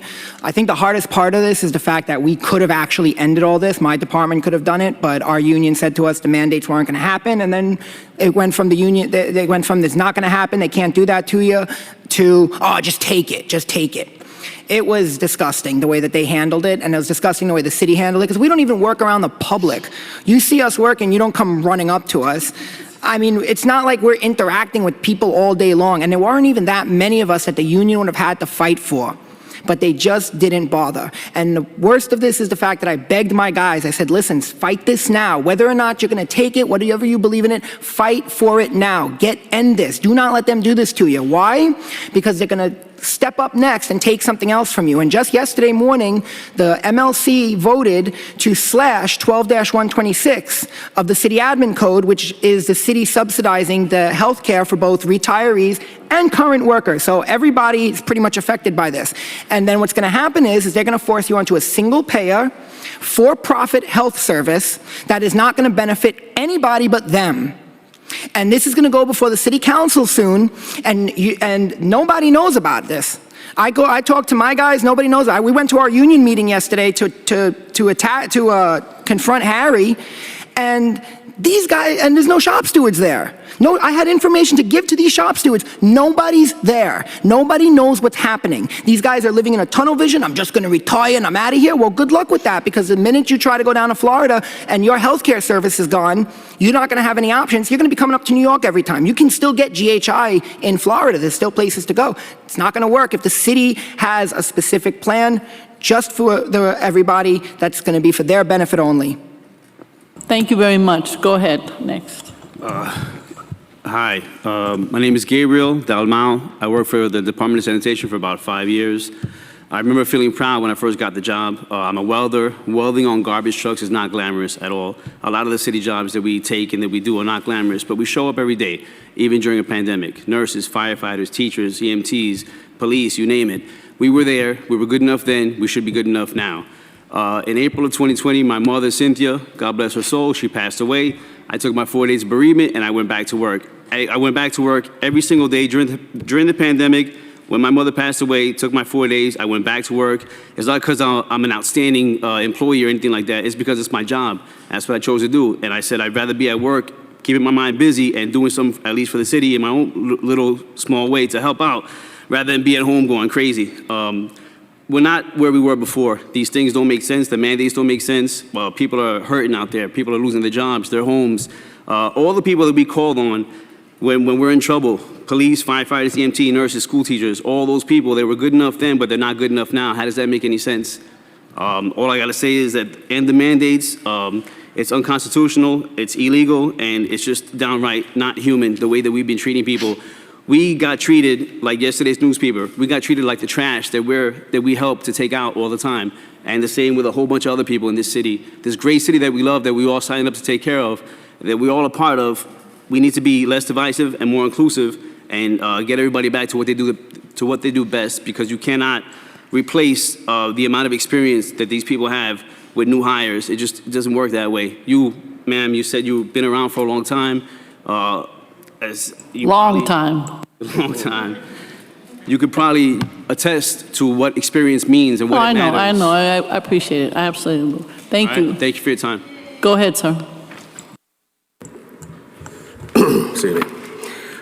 My name is Tim Heaton. I was a lieutenant in the FDY until I was terminated on July 6th, 33 days shy of celebrating my 23rd year. I had been on LWOP since November 1st, having filed a religious exemption in October. I grew up in Middletown, Pennsylvania, which is near Hershey. I started as a volunteer in my local fire departments. FDNY guys would come out and teach classes and got me interested in working here. I left the Washington, D.C. Fire Department in 1999 to pursue my dream of being a New York City fireman. Sadly, that dream is taking a most serious turn in the past 2 years. In March of 2020, I was still a fireman at Engine 69 in Harlem. We were performing CPR on a daily basis, often several times per day. I was promoted to lieutenant in May of 2020, and every firehouse I worked in Lower Manhattan had numerous members out for COVID. It was obvious there was no way I had not been exposed to COVID, and whatever I was doing was working. To say that we've been failed by those in leadership would be a huge understatement.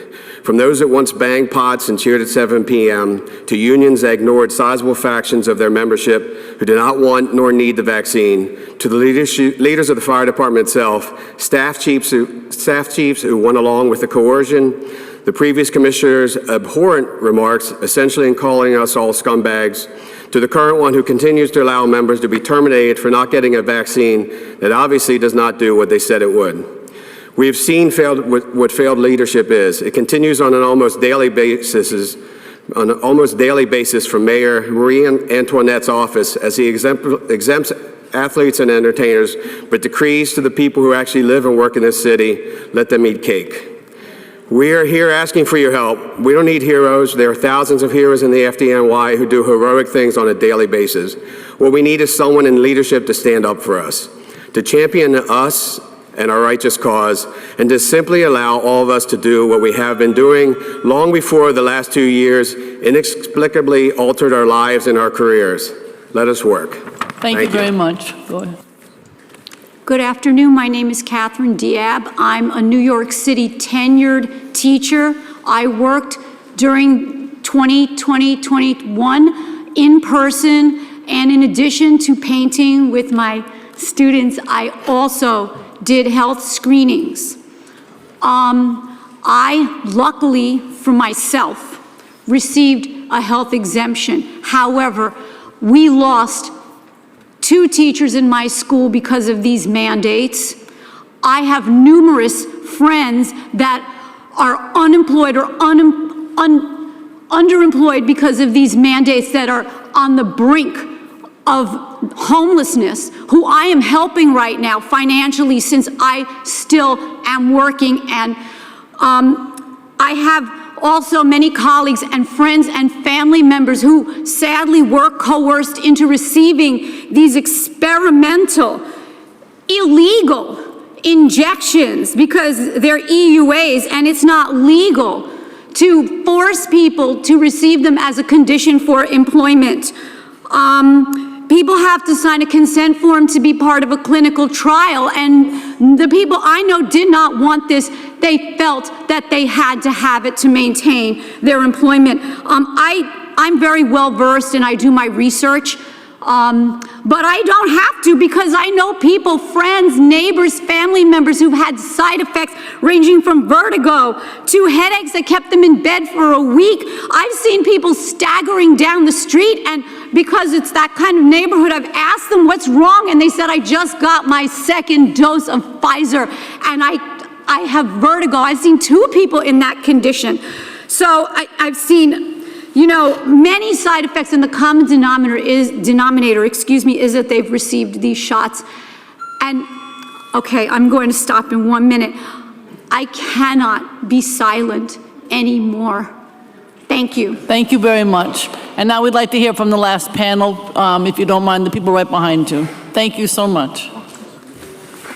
Can I just add one thing? I also applied for a religious exemption, and I work with a partner at DSNY. He's working right now, and I'm not. Okay, thank you. How about the twins?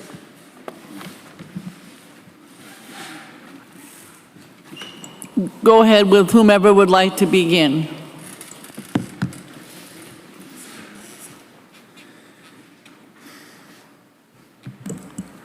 Good afternoon. My name is Sophie Medina. I was born and raised here and have lived here my entire life except for my time in the Marines. This is my family. Tommy and I are firefighters on forced leave without pay because we didn't take a shot that proved to be useless at best and harmful at worst.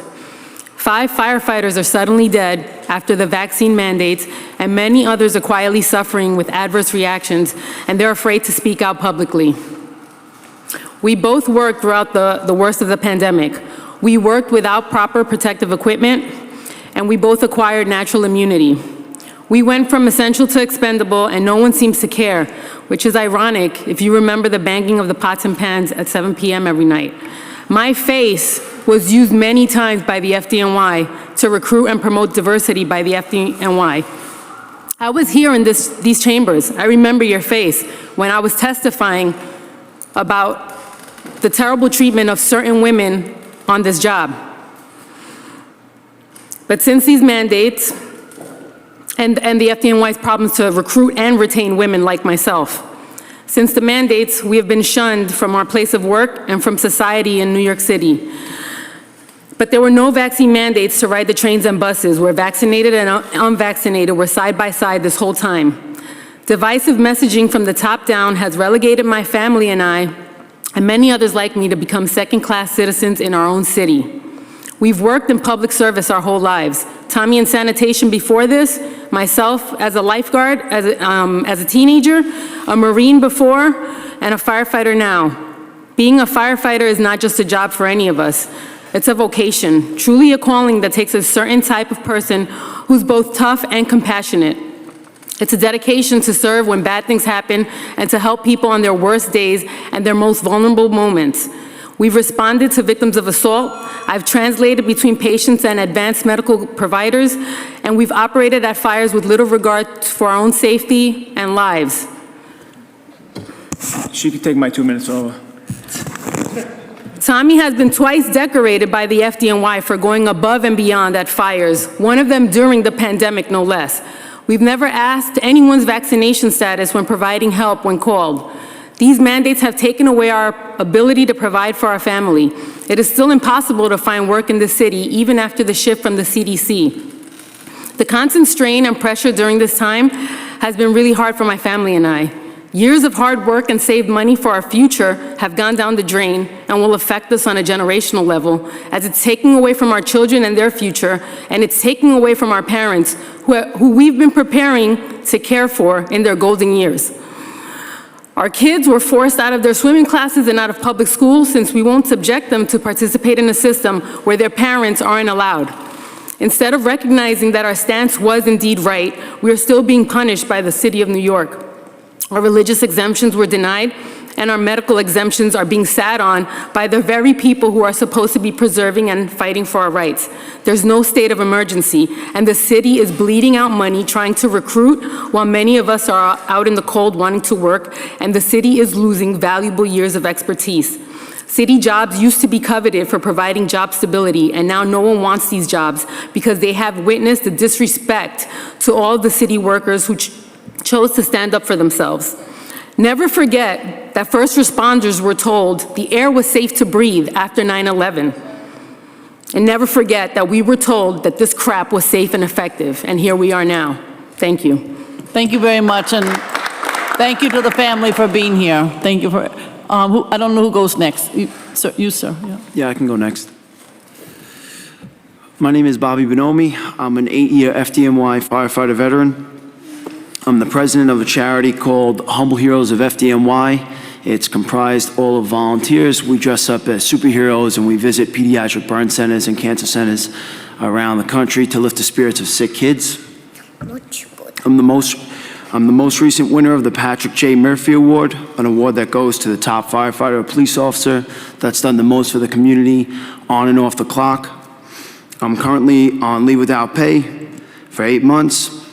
I've fallen uncomfortably into debt despite receiving financial aid from friends and family.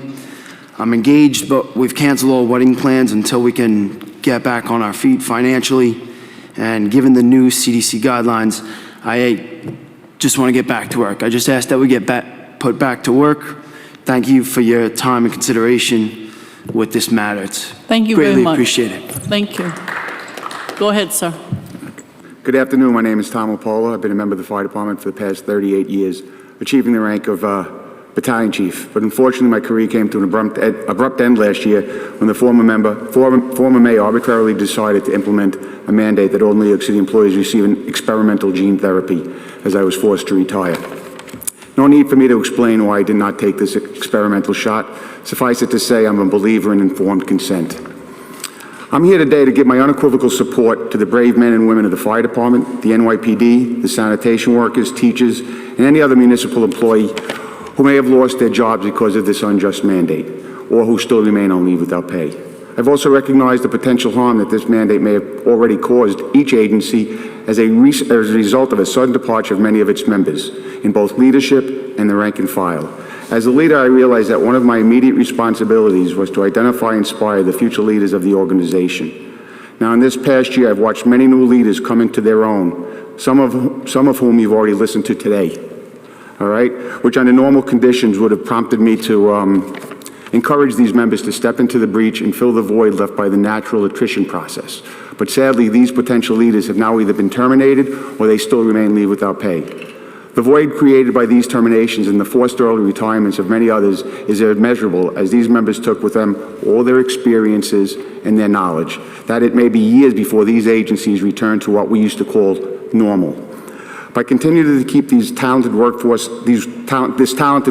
out of work because they chose not to be coerced into receiving this jab does nothing to keep people safe. But it does prevent them providing the services that they've been trained to do. And that training, all at a cost to the taxpayer. Every one of these people has been negatively impacted by this mandate, showed up for work throughout the pandemic, and at great personal risk, not only to themselves, but to their families as well. All they are asking for is simply to return to work so they too can provide for their families, just like the Mets, the Yankees, the Knicks, and the Nets. I don't believe that's too much to ask. And I do recognize that it may be a difficult political decision for the mayor to rescind this unnecessary mandate at this time, but hey, he was a New York City police captain, and I'm quite sure His Honor has the moral courage to put aside all politics for a moment and simply do the right thing. Thank you very much, and God bless you all. Thank you very much. Quiet, go ahead, sir.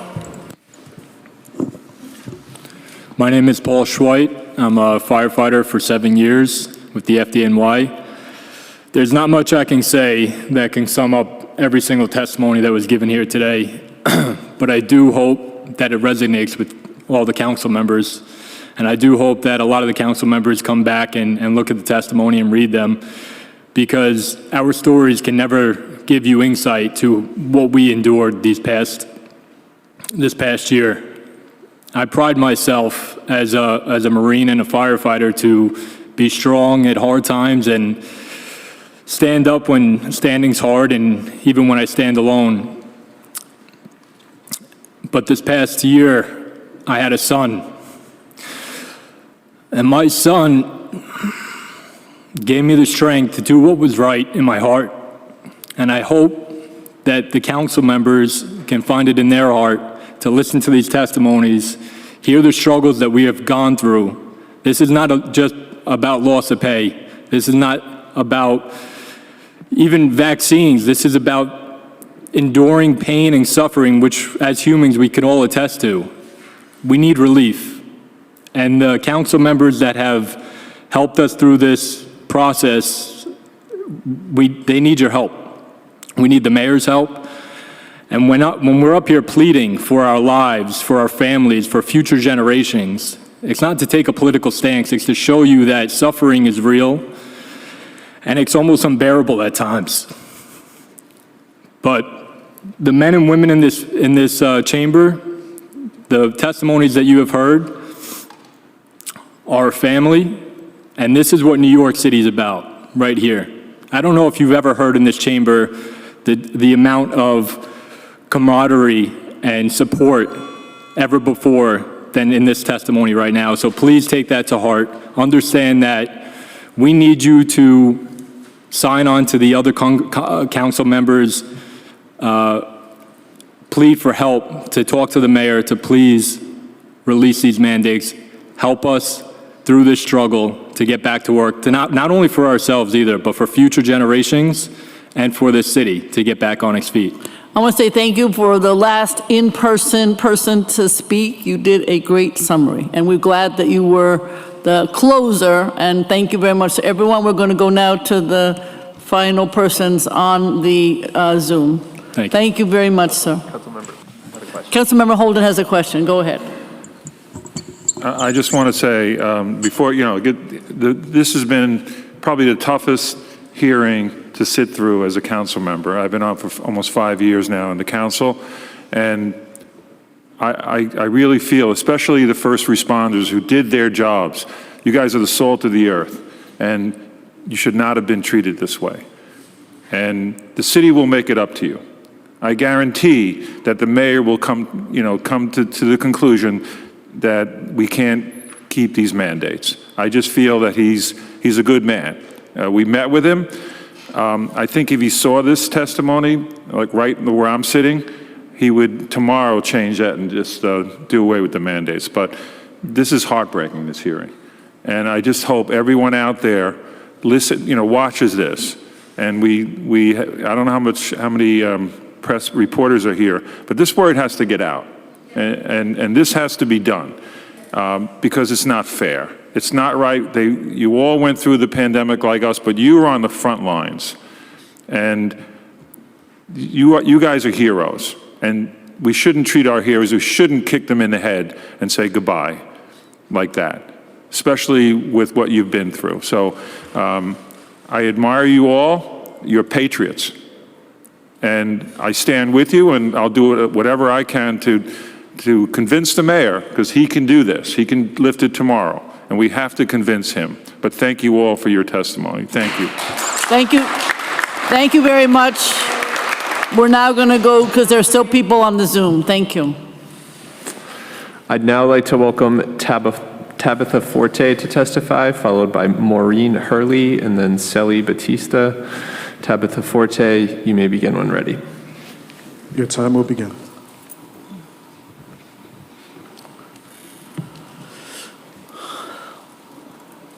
Doesn't look like, sorry. Tabitha, if you can hear us, you may begin.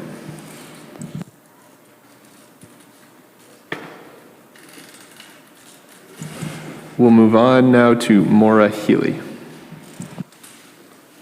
Time starts now.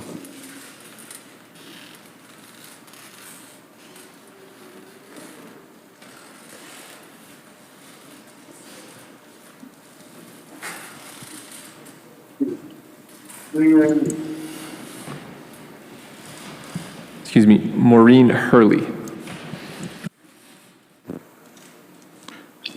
Time starts now. Hi. I just have two questions, and they're for the mayor. What signs is the mayor following and the Department of Health, and why do they not recognize natural immunity? Thank you. That was it. Thank you. Sally Batista. Time starts now. Hello. Hello, everyone. Thank you for having me, and thank you, Mr. Holden, for those words that you said. Very touching. My name is Sally. I am a sergeant of police. I'm still employed with the New York City Police Department.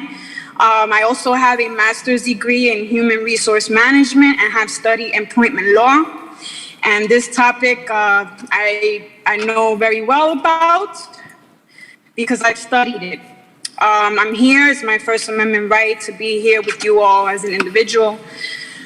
So let me just fast forward. I was denied my religious exemption. I later on was able to find a lawyer after several attempts, and I found one during that gridlock of finding an attorney. I found one 3 days before I had to submit my appeal, and I submitted it. After that, I got admitted, like a week later, I was admitted in the hospital with chest pains, was put out from work for 2.5 weeks. Okay, I had to deal with lost friendships, lost partnerships. So you could just imagine the amount of stress for the past 10 to 12 months, right? It's basically illegal pain and suffering, okay? You've seen all the testimonies. It's all illegal pain and suffering. So July, I won and I was approved, but thousands have been denied. So one would assume, I'm a Roman Catholic, one would assume that at a legal standpoint, at this point, at a legal standpoint, everyone else should be similarly situated.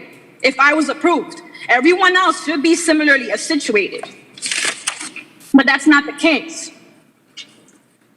So I'm gonna say something, you know. My lawyer did ask me, she goes, I have a question for you.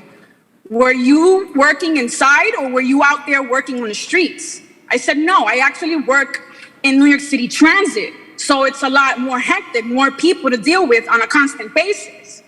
So she goes, oh, because I have a lot of my clients getting disapproved. Okay. Can you wrap up? I'm sorry, thank you.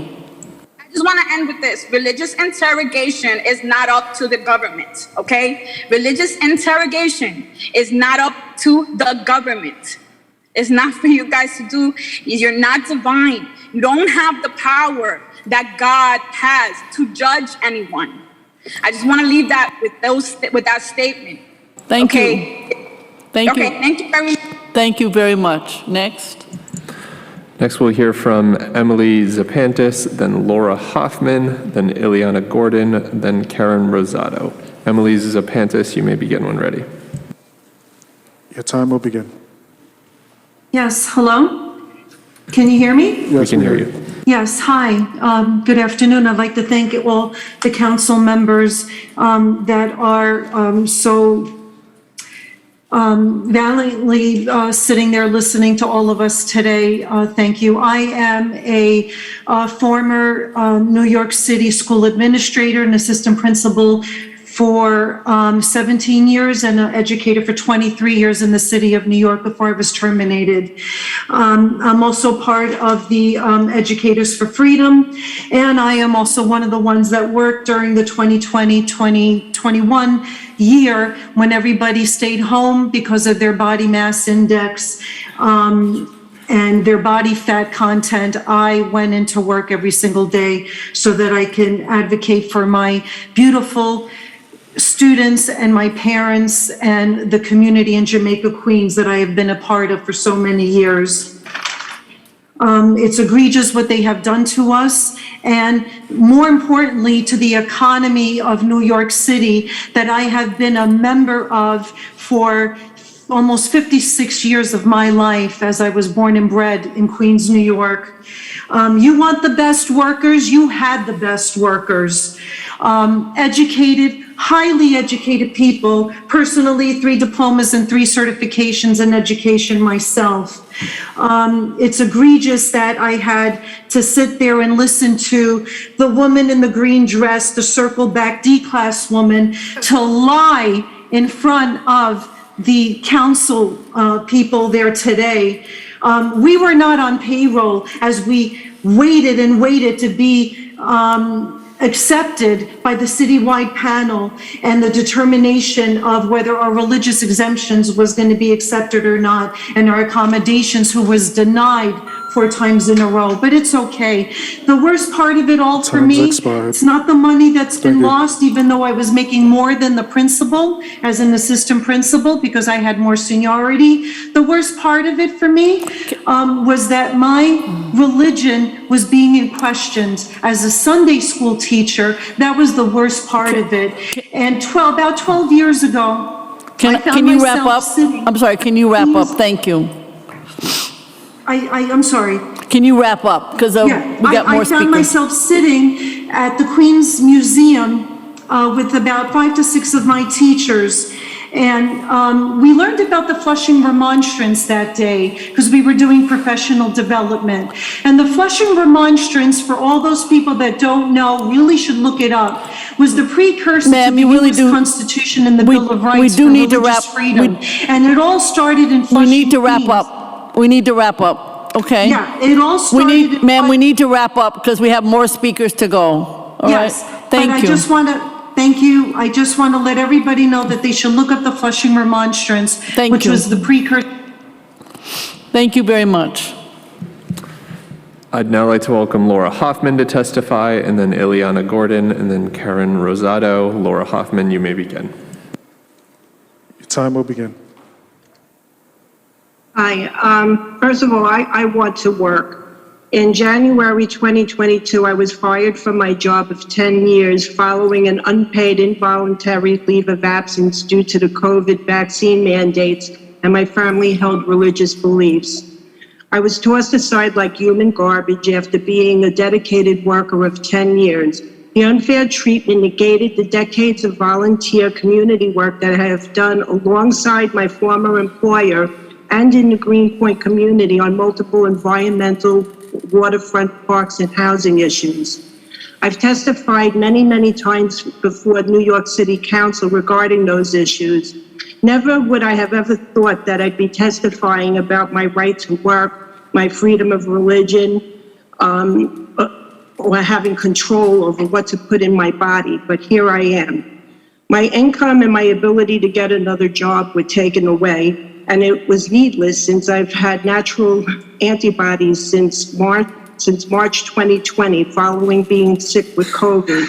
Given my community-based knowledge about environmentally linked diseases and knowledge about my own autoimmune diseases, I knew it was a strong possibility that these antibodies would serve to protect me from COVID in the future. And now the CDC is finally catching up, acknowledging what many people already knew. What hurts the most is that I truly loved my job, my coworkers, my clients, and I'm still friends with many of my coworkers and clients who've sought me out on social media. I worked as a housing counselor in a respected non-for-profit community organization under contract with HPD as a housing counseling agency. As an essential worker, I worked both in the office and remotely, serving clients during the heart of the pandemic. I made wellness calls to seniors in an effort to prevent them from feeling isolated. The same organization that did this work is the same one that fired me for who I am and isolated me, a senior with medical issues. If you could wrap up, thank you. Basically, the mandates have severely harmed me, harmed the way that I interact with the community. I refuse to even eat out in establishments that did not push back against the mandate. Thank you. And it's to the point where I myself, after fighting for environmental issues in this community for decades, I'm thinking about moving out of New York myself. Thank you very much. One of the council members has a question. If you could just hold on a minute. Thank you. Go ahead. Thank you, Chairwoman. I really just want to say thank you to Chairwoman De La Rosa and to Chairwoman Gail Brewer, because they're worth a good round of applause, because before today, people who were on leave without pay, or people who did not get granted their leave or get granted their appeals, were just that, words to many people. But today, now, because of their ability to have you come and testify, we now have faces to align with those needs. And anyone who can look in your faces and tell you that you are wrong, there's something wrong with them.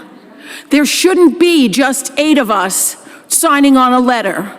There shouldn't be just 8 of us standing with you out front on the steps of City Hall. There should be 51 of us, because in this City Council, we fight for equality, gender equality, medical equality, equality for those whose civil rights have been denied. And I've heard all of that here today. So this needs to be a body of 51, not just 8 voices or 10 voices.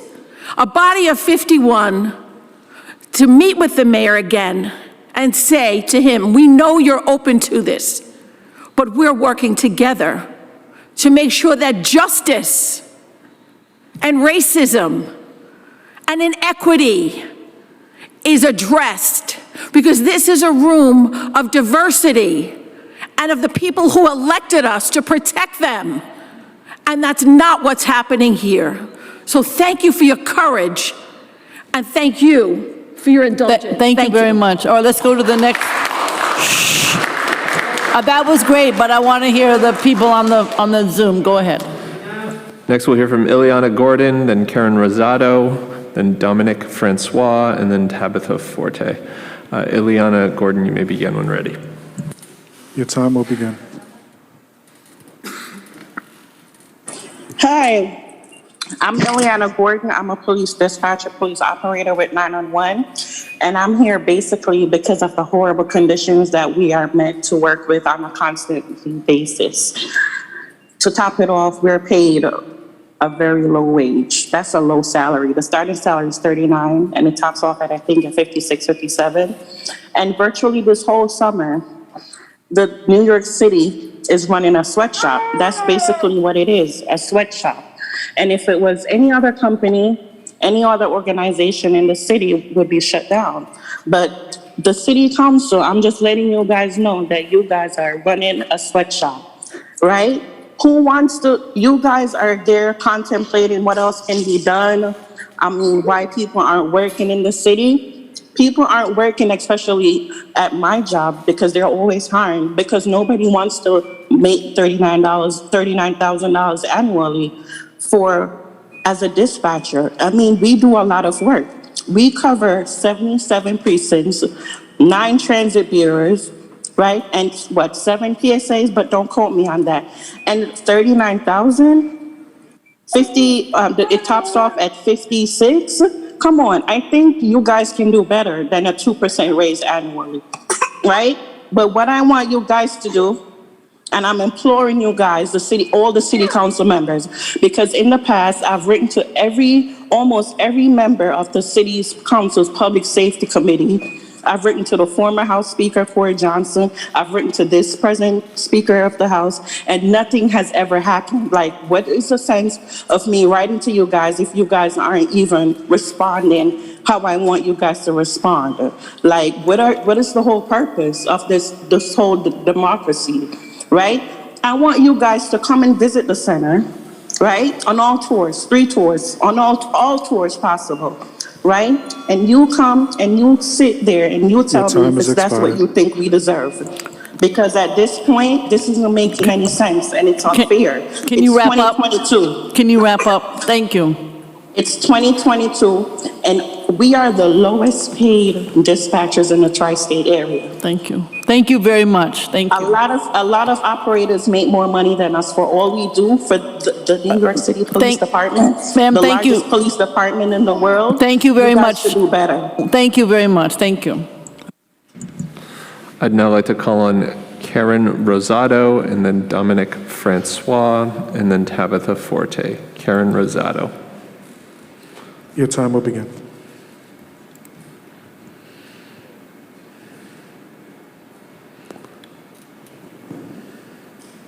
Good evening. Can you hear me? Yes.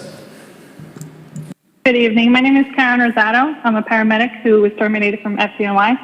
I've come here today hoping that you understand the effects mandates have caused myself and many others like me. You see, I grew up in the foster care system and had a job since I was in the 5th grade. I was a kid, but I knew that I wanted more out of life, and I wanted to be in a position to help others in any capacity. And when the opportunity opened for me to become a paramedic for the FDNY, I seized it. I enjoyed helping people every day, and twice in my career, I've met young people in the foster care system who thought they wouldn't amount to anything or have a career like mine in the FDNY, until I shared my story with them. And I immediately saw hope in their eyes, that they now have someone to relate to, and is proof that if they push hard enough, they can too make it. I now feel like that kid in foster care. Excuse me. Who feels like they have everything stacked against them. I cannot get a job within New York City with the skills that I have. I now don't know where my next paycheck will come from. I've worked throughout the pandemic, and while it may seem like a broken record to say we were praised one day and forgotten the next, it is heartbreakingly true. Throughout the pandemic, we were seeing and experiencing some of the worst days in our career, working more hours than normal with the call volumes at an all-time high. It was mentally, emotionally, and physically draining, but we showed up every day. To invade our private medical history and choices and to terminate us over the vaccine that has carve-outs for athletes or entertainers because they boost the economy has nothing to do with science. You see, I now can get a job playing as a paramedic on TV, but I can't use my actual skills that I was trained for and have 10 years experience on the community that actually needs it. Where's the logic in that? The CDC finally acknowledges the unvaccinated with previous exposure hold the same immunity as the vaccinated. So why isn't the CDC following that science? Why can't we acknowledge natural immunity? Time's expired. I'm not a threat to anyone. 30 more seconds. Thank you. I'm not a threat to anyone, and I hope you will stand with us and drop these carve-outs and allow us to stand with our brothers and sisters against New York State. Thank you. Thank you very much. Thank you. I'd now like to call on Dominic Francois, followed by Tabitha Forte. Dominic Francois, you may begin when ready. Hello, can you hear me? Yeah, your time will begin. Thank you very much. My name is Dominic Francois. I am still a New York City Police Department officer until next Friday, when my tenure is expected to end due to the COVID vaccine mandate, and I was forced to submit my paperwork for vested retirement, which was not my intention. And I'm hoping that this turns around so that I can continue my career and retire from the city of New York. I think we're at an impasse right now where we have heard and allowed individuals who just wanted to be heard and given the opportunity to say, this is not for me. I appreciate the offer, but I'm not going to do this. The vaccine was something that was forced on people in the city who have to work here or have to work in the city. And I think it's now we're at an impasse where we're starting to hear those voices that were not heard, especially during those reasonable accommodation request periods. Now we're hearing those voices say something and say, well, this is not right, this is why it's not right, and this is why I feel I should be given the reasonable accommodation. We're in an impasse to right the wrongs that we've experienced for the last 2.5 years, going on 3 years. This is an opportunity for the city to say, okay, we've got to start to rebuild. We've got to start making next steps to get past whatever COVID is and whatever it's going to be for the city in the future. But it has to start at some point. It really does have to start at some point. So people like Sally Batista, Peter Kandanoff, Michael Caine, thank you for being the face of this movement, for being the drive that inspires so many people to just keep pushing and doing what they feel is best for their families, for themselves, so they can just do what they've always done, which is provide. Thank you for this opportunity. Be safe, everyone. Be well, and I hope I see you on the other side of this. Thank you for the opportunity to speak. Thank you very much. I'd now like to welcome Tabitha Forte to testify, and to anyone else who's on the Zoom who hasn't had the chance to speak, if we haven't called on you, please use the Zoom raise hand function now. Tabitha Forte. Your time will begin. Sure, can you hear me? Yes, we hear you. On October 2021, I was placed on unpaid leave from Praxis Housing Initiative due to the vaccine mandate, and I was officially fired as of Valentine's Day of this year. Since then, I have been not able to work in person in New York due to this unconstitutional mandate. I worked throughout the entire pandemic and even contracted COVID from my direct supervisor. From hero shortly to zero, I have dedicated myself working to become a mental health counselor. I completed 8 years master's program and obtained my licensure last year to be told I'm unable to work in person. For over 10 years, I've worked as a counselor exposed to all sorts of communicable diseases, and never have I judged or I thought that I would be judged in America for health decisions I choose for myself. Not only do I have an extensive medical related history with my nervous system, I also filed for a religious exemption with a letter from my pastor and was denied. CDC guidelines have changed. CDC has admitted these restrictions for being absolute nonsense. We, the people, should never allow these tyrants, such as these circle back employees, to control us. And they need to get together to talk about dropping this mandate. I find it incredibly funny that these employers who are in charge of making those decisions haven't come together to discuss these new guidelines, which were completely ridiculous to begin with. They come here with no COVID data and will sit in our faces paid and state that they will get back to us, letting us know how many people were fired or put on leave because their exemptions were denied. There should never have been a mandate in the first place. This is a free country. Vote for Lee Zeldin to save America. Let's go, Brandon.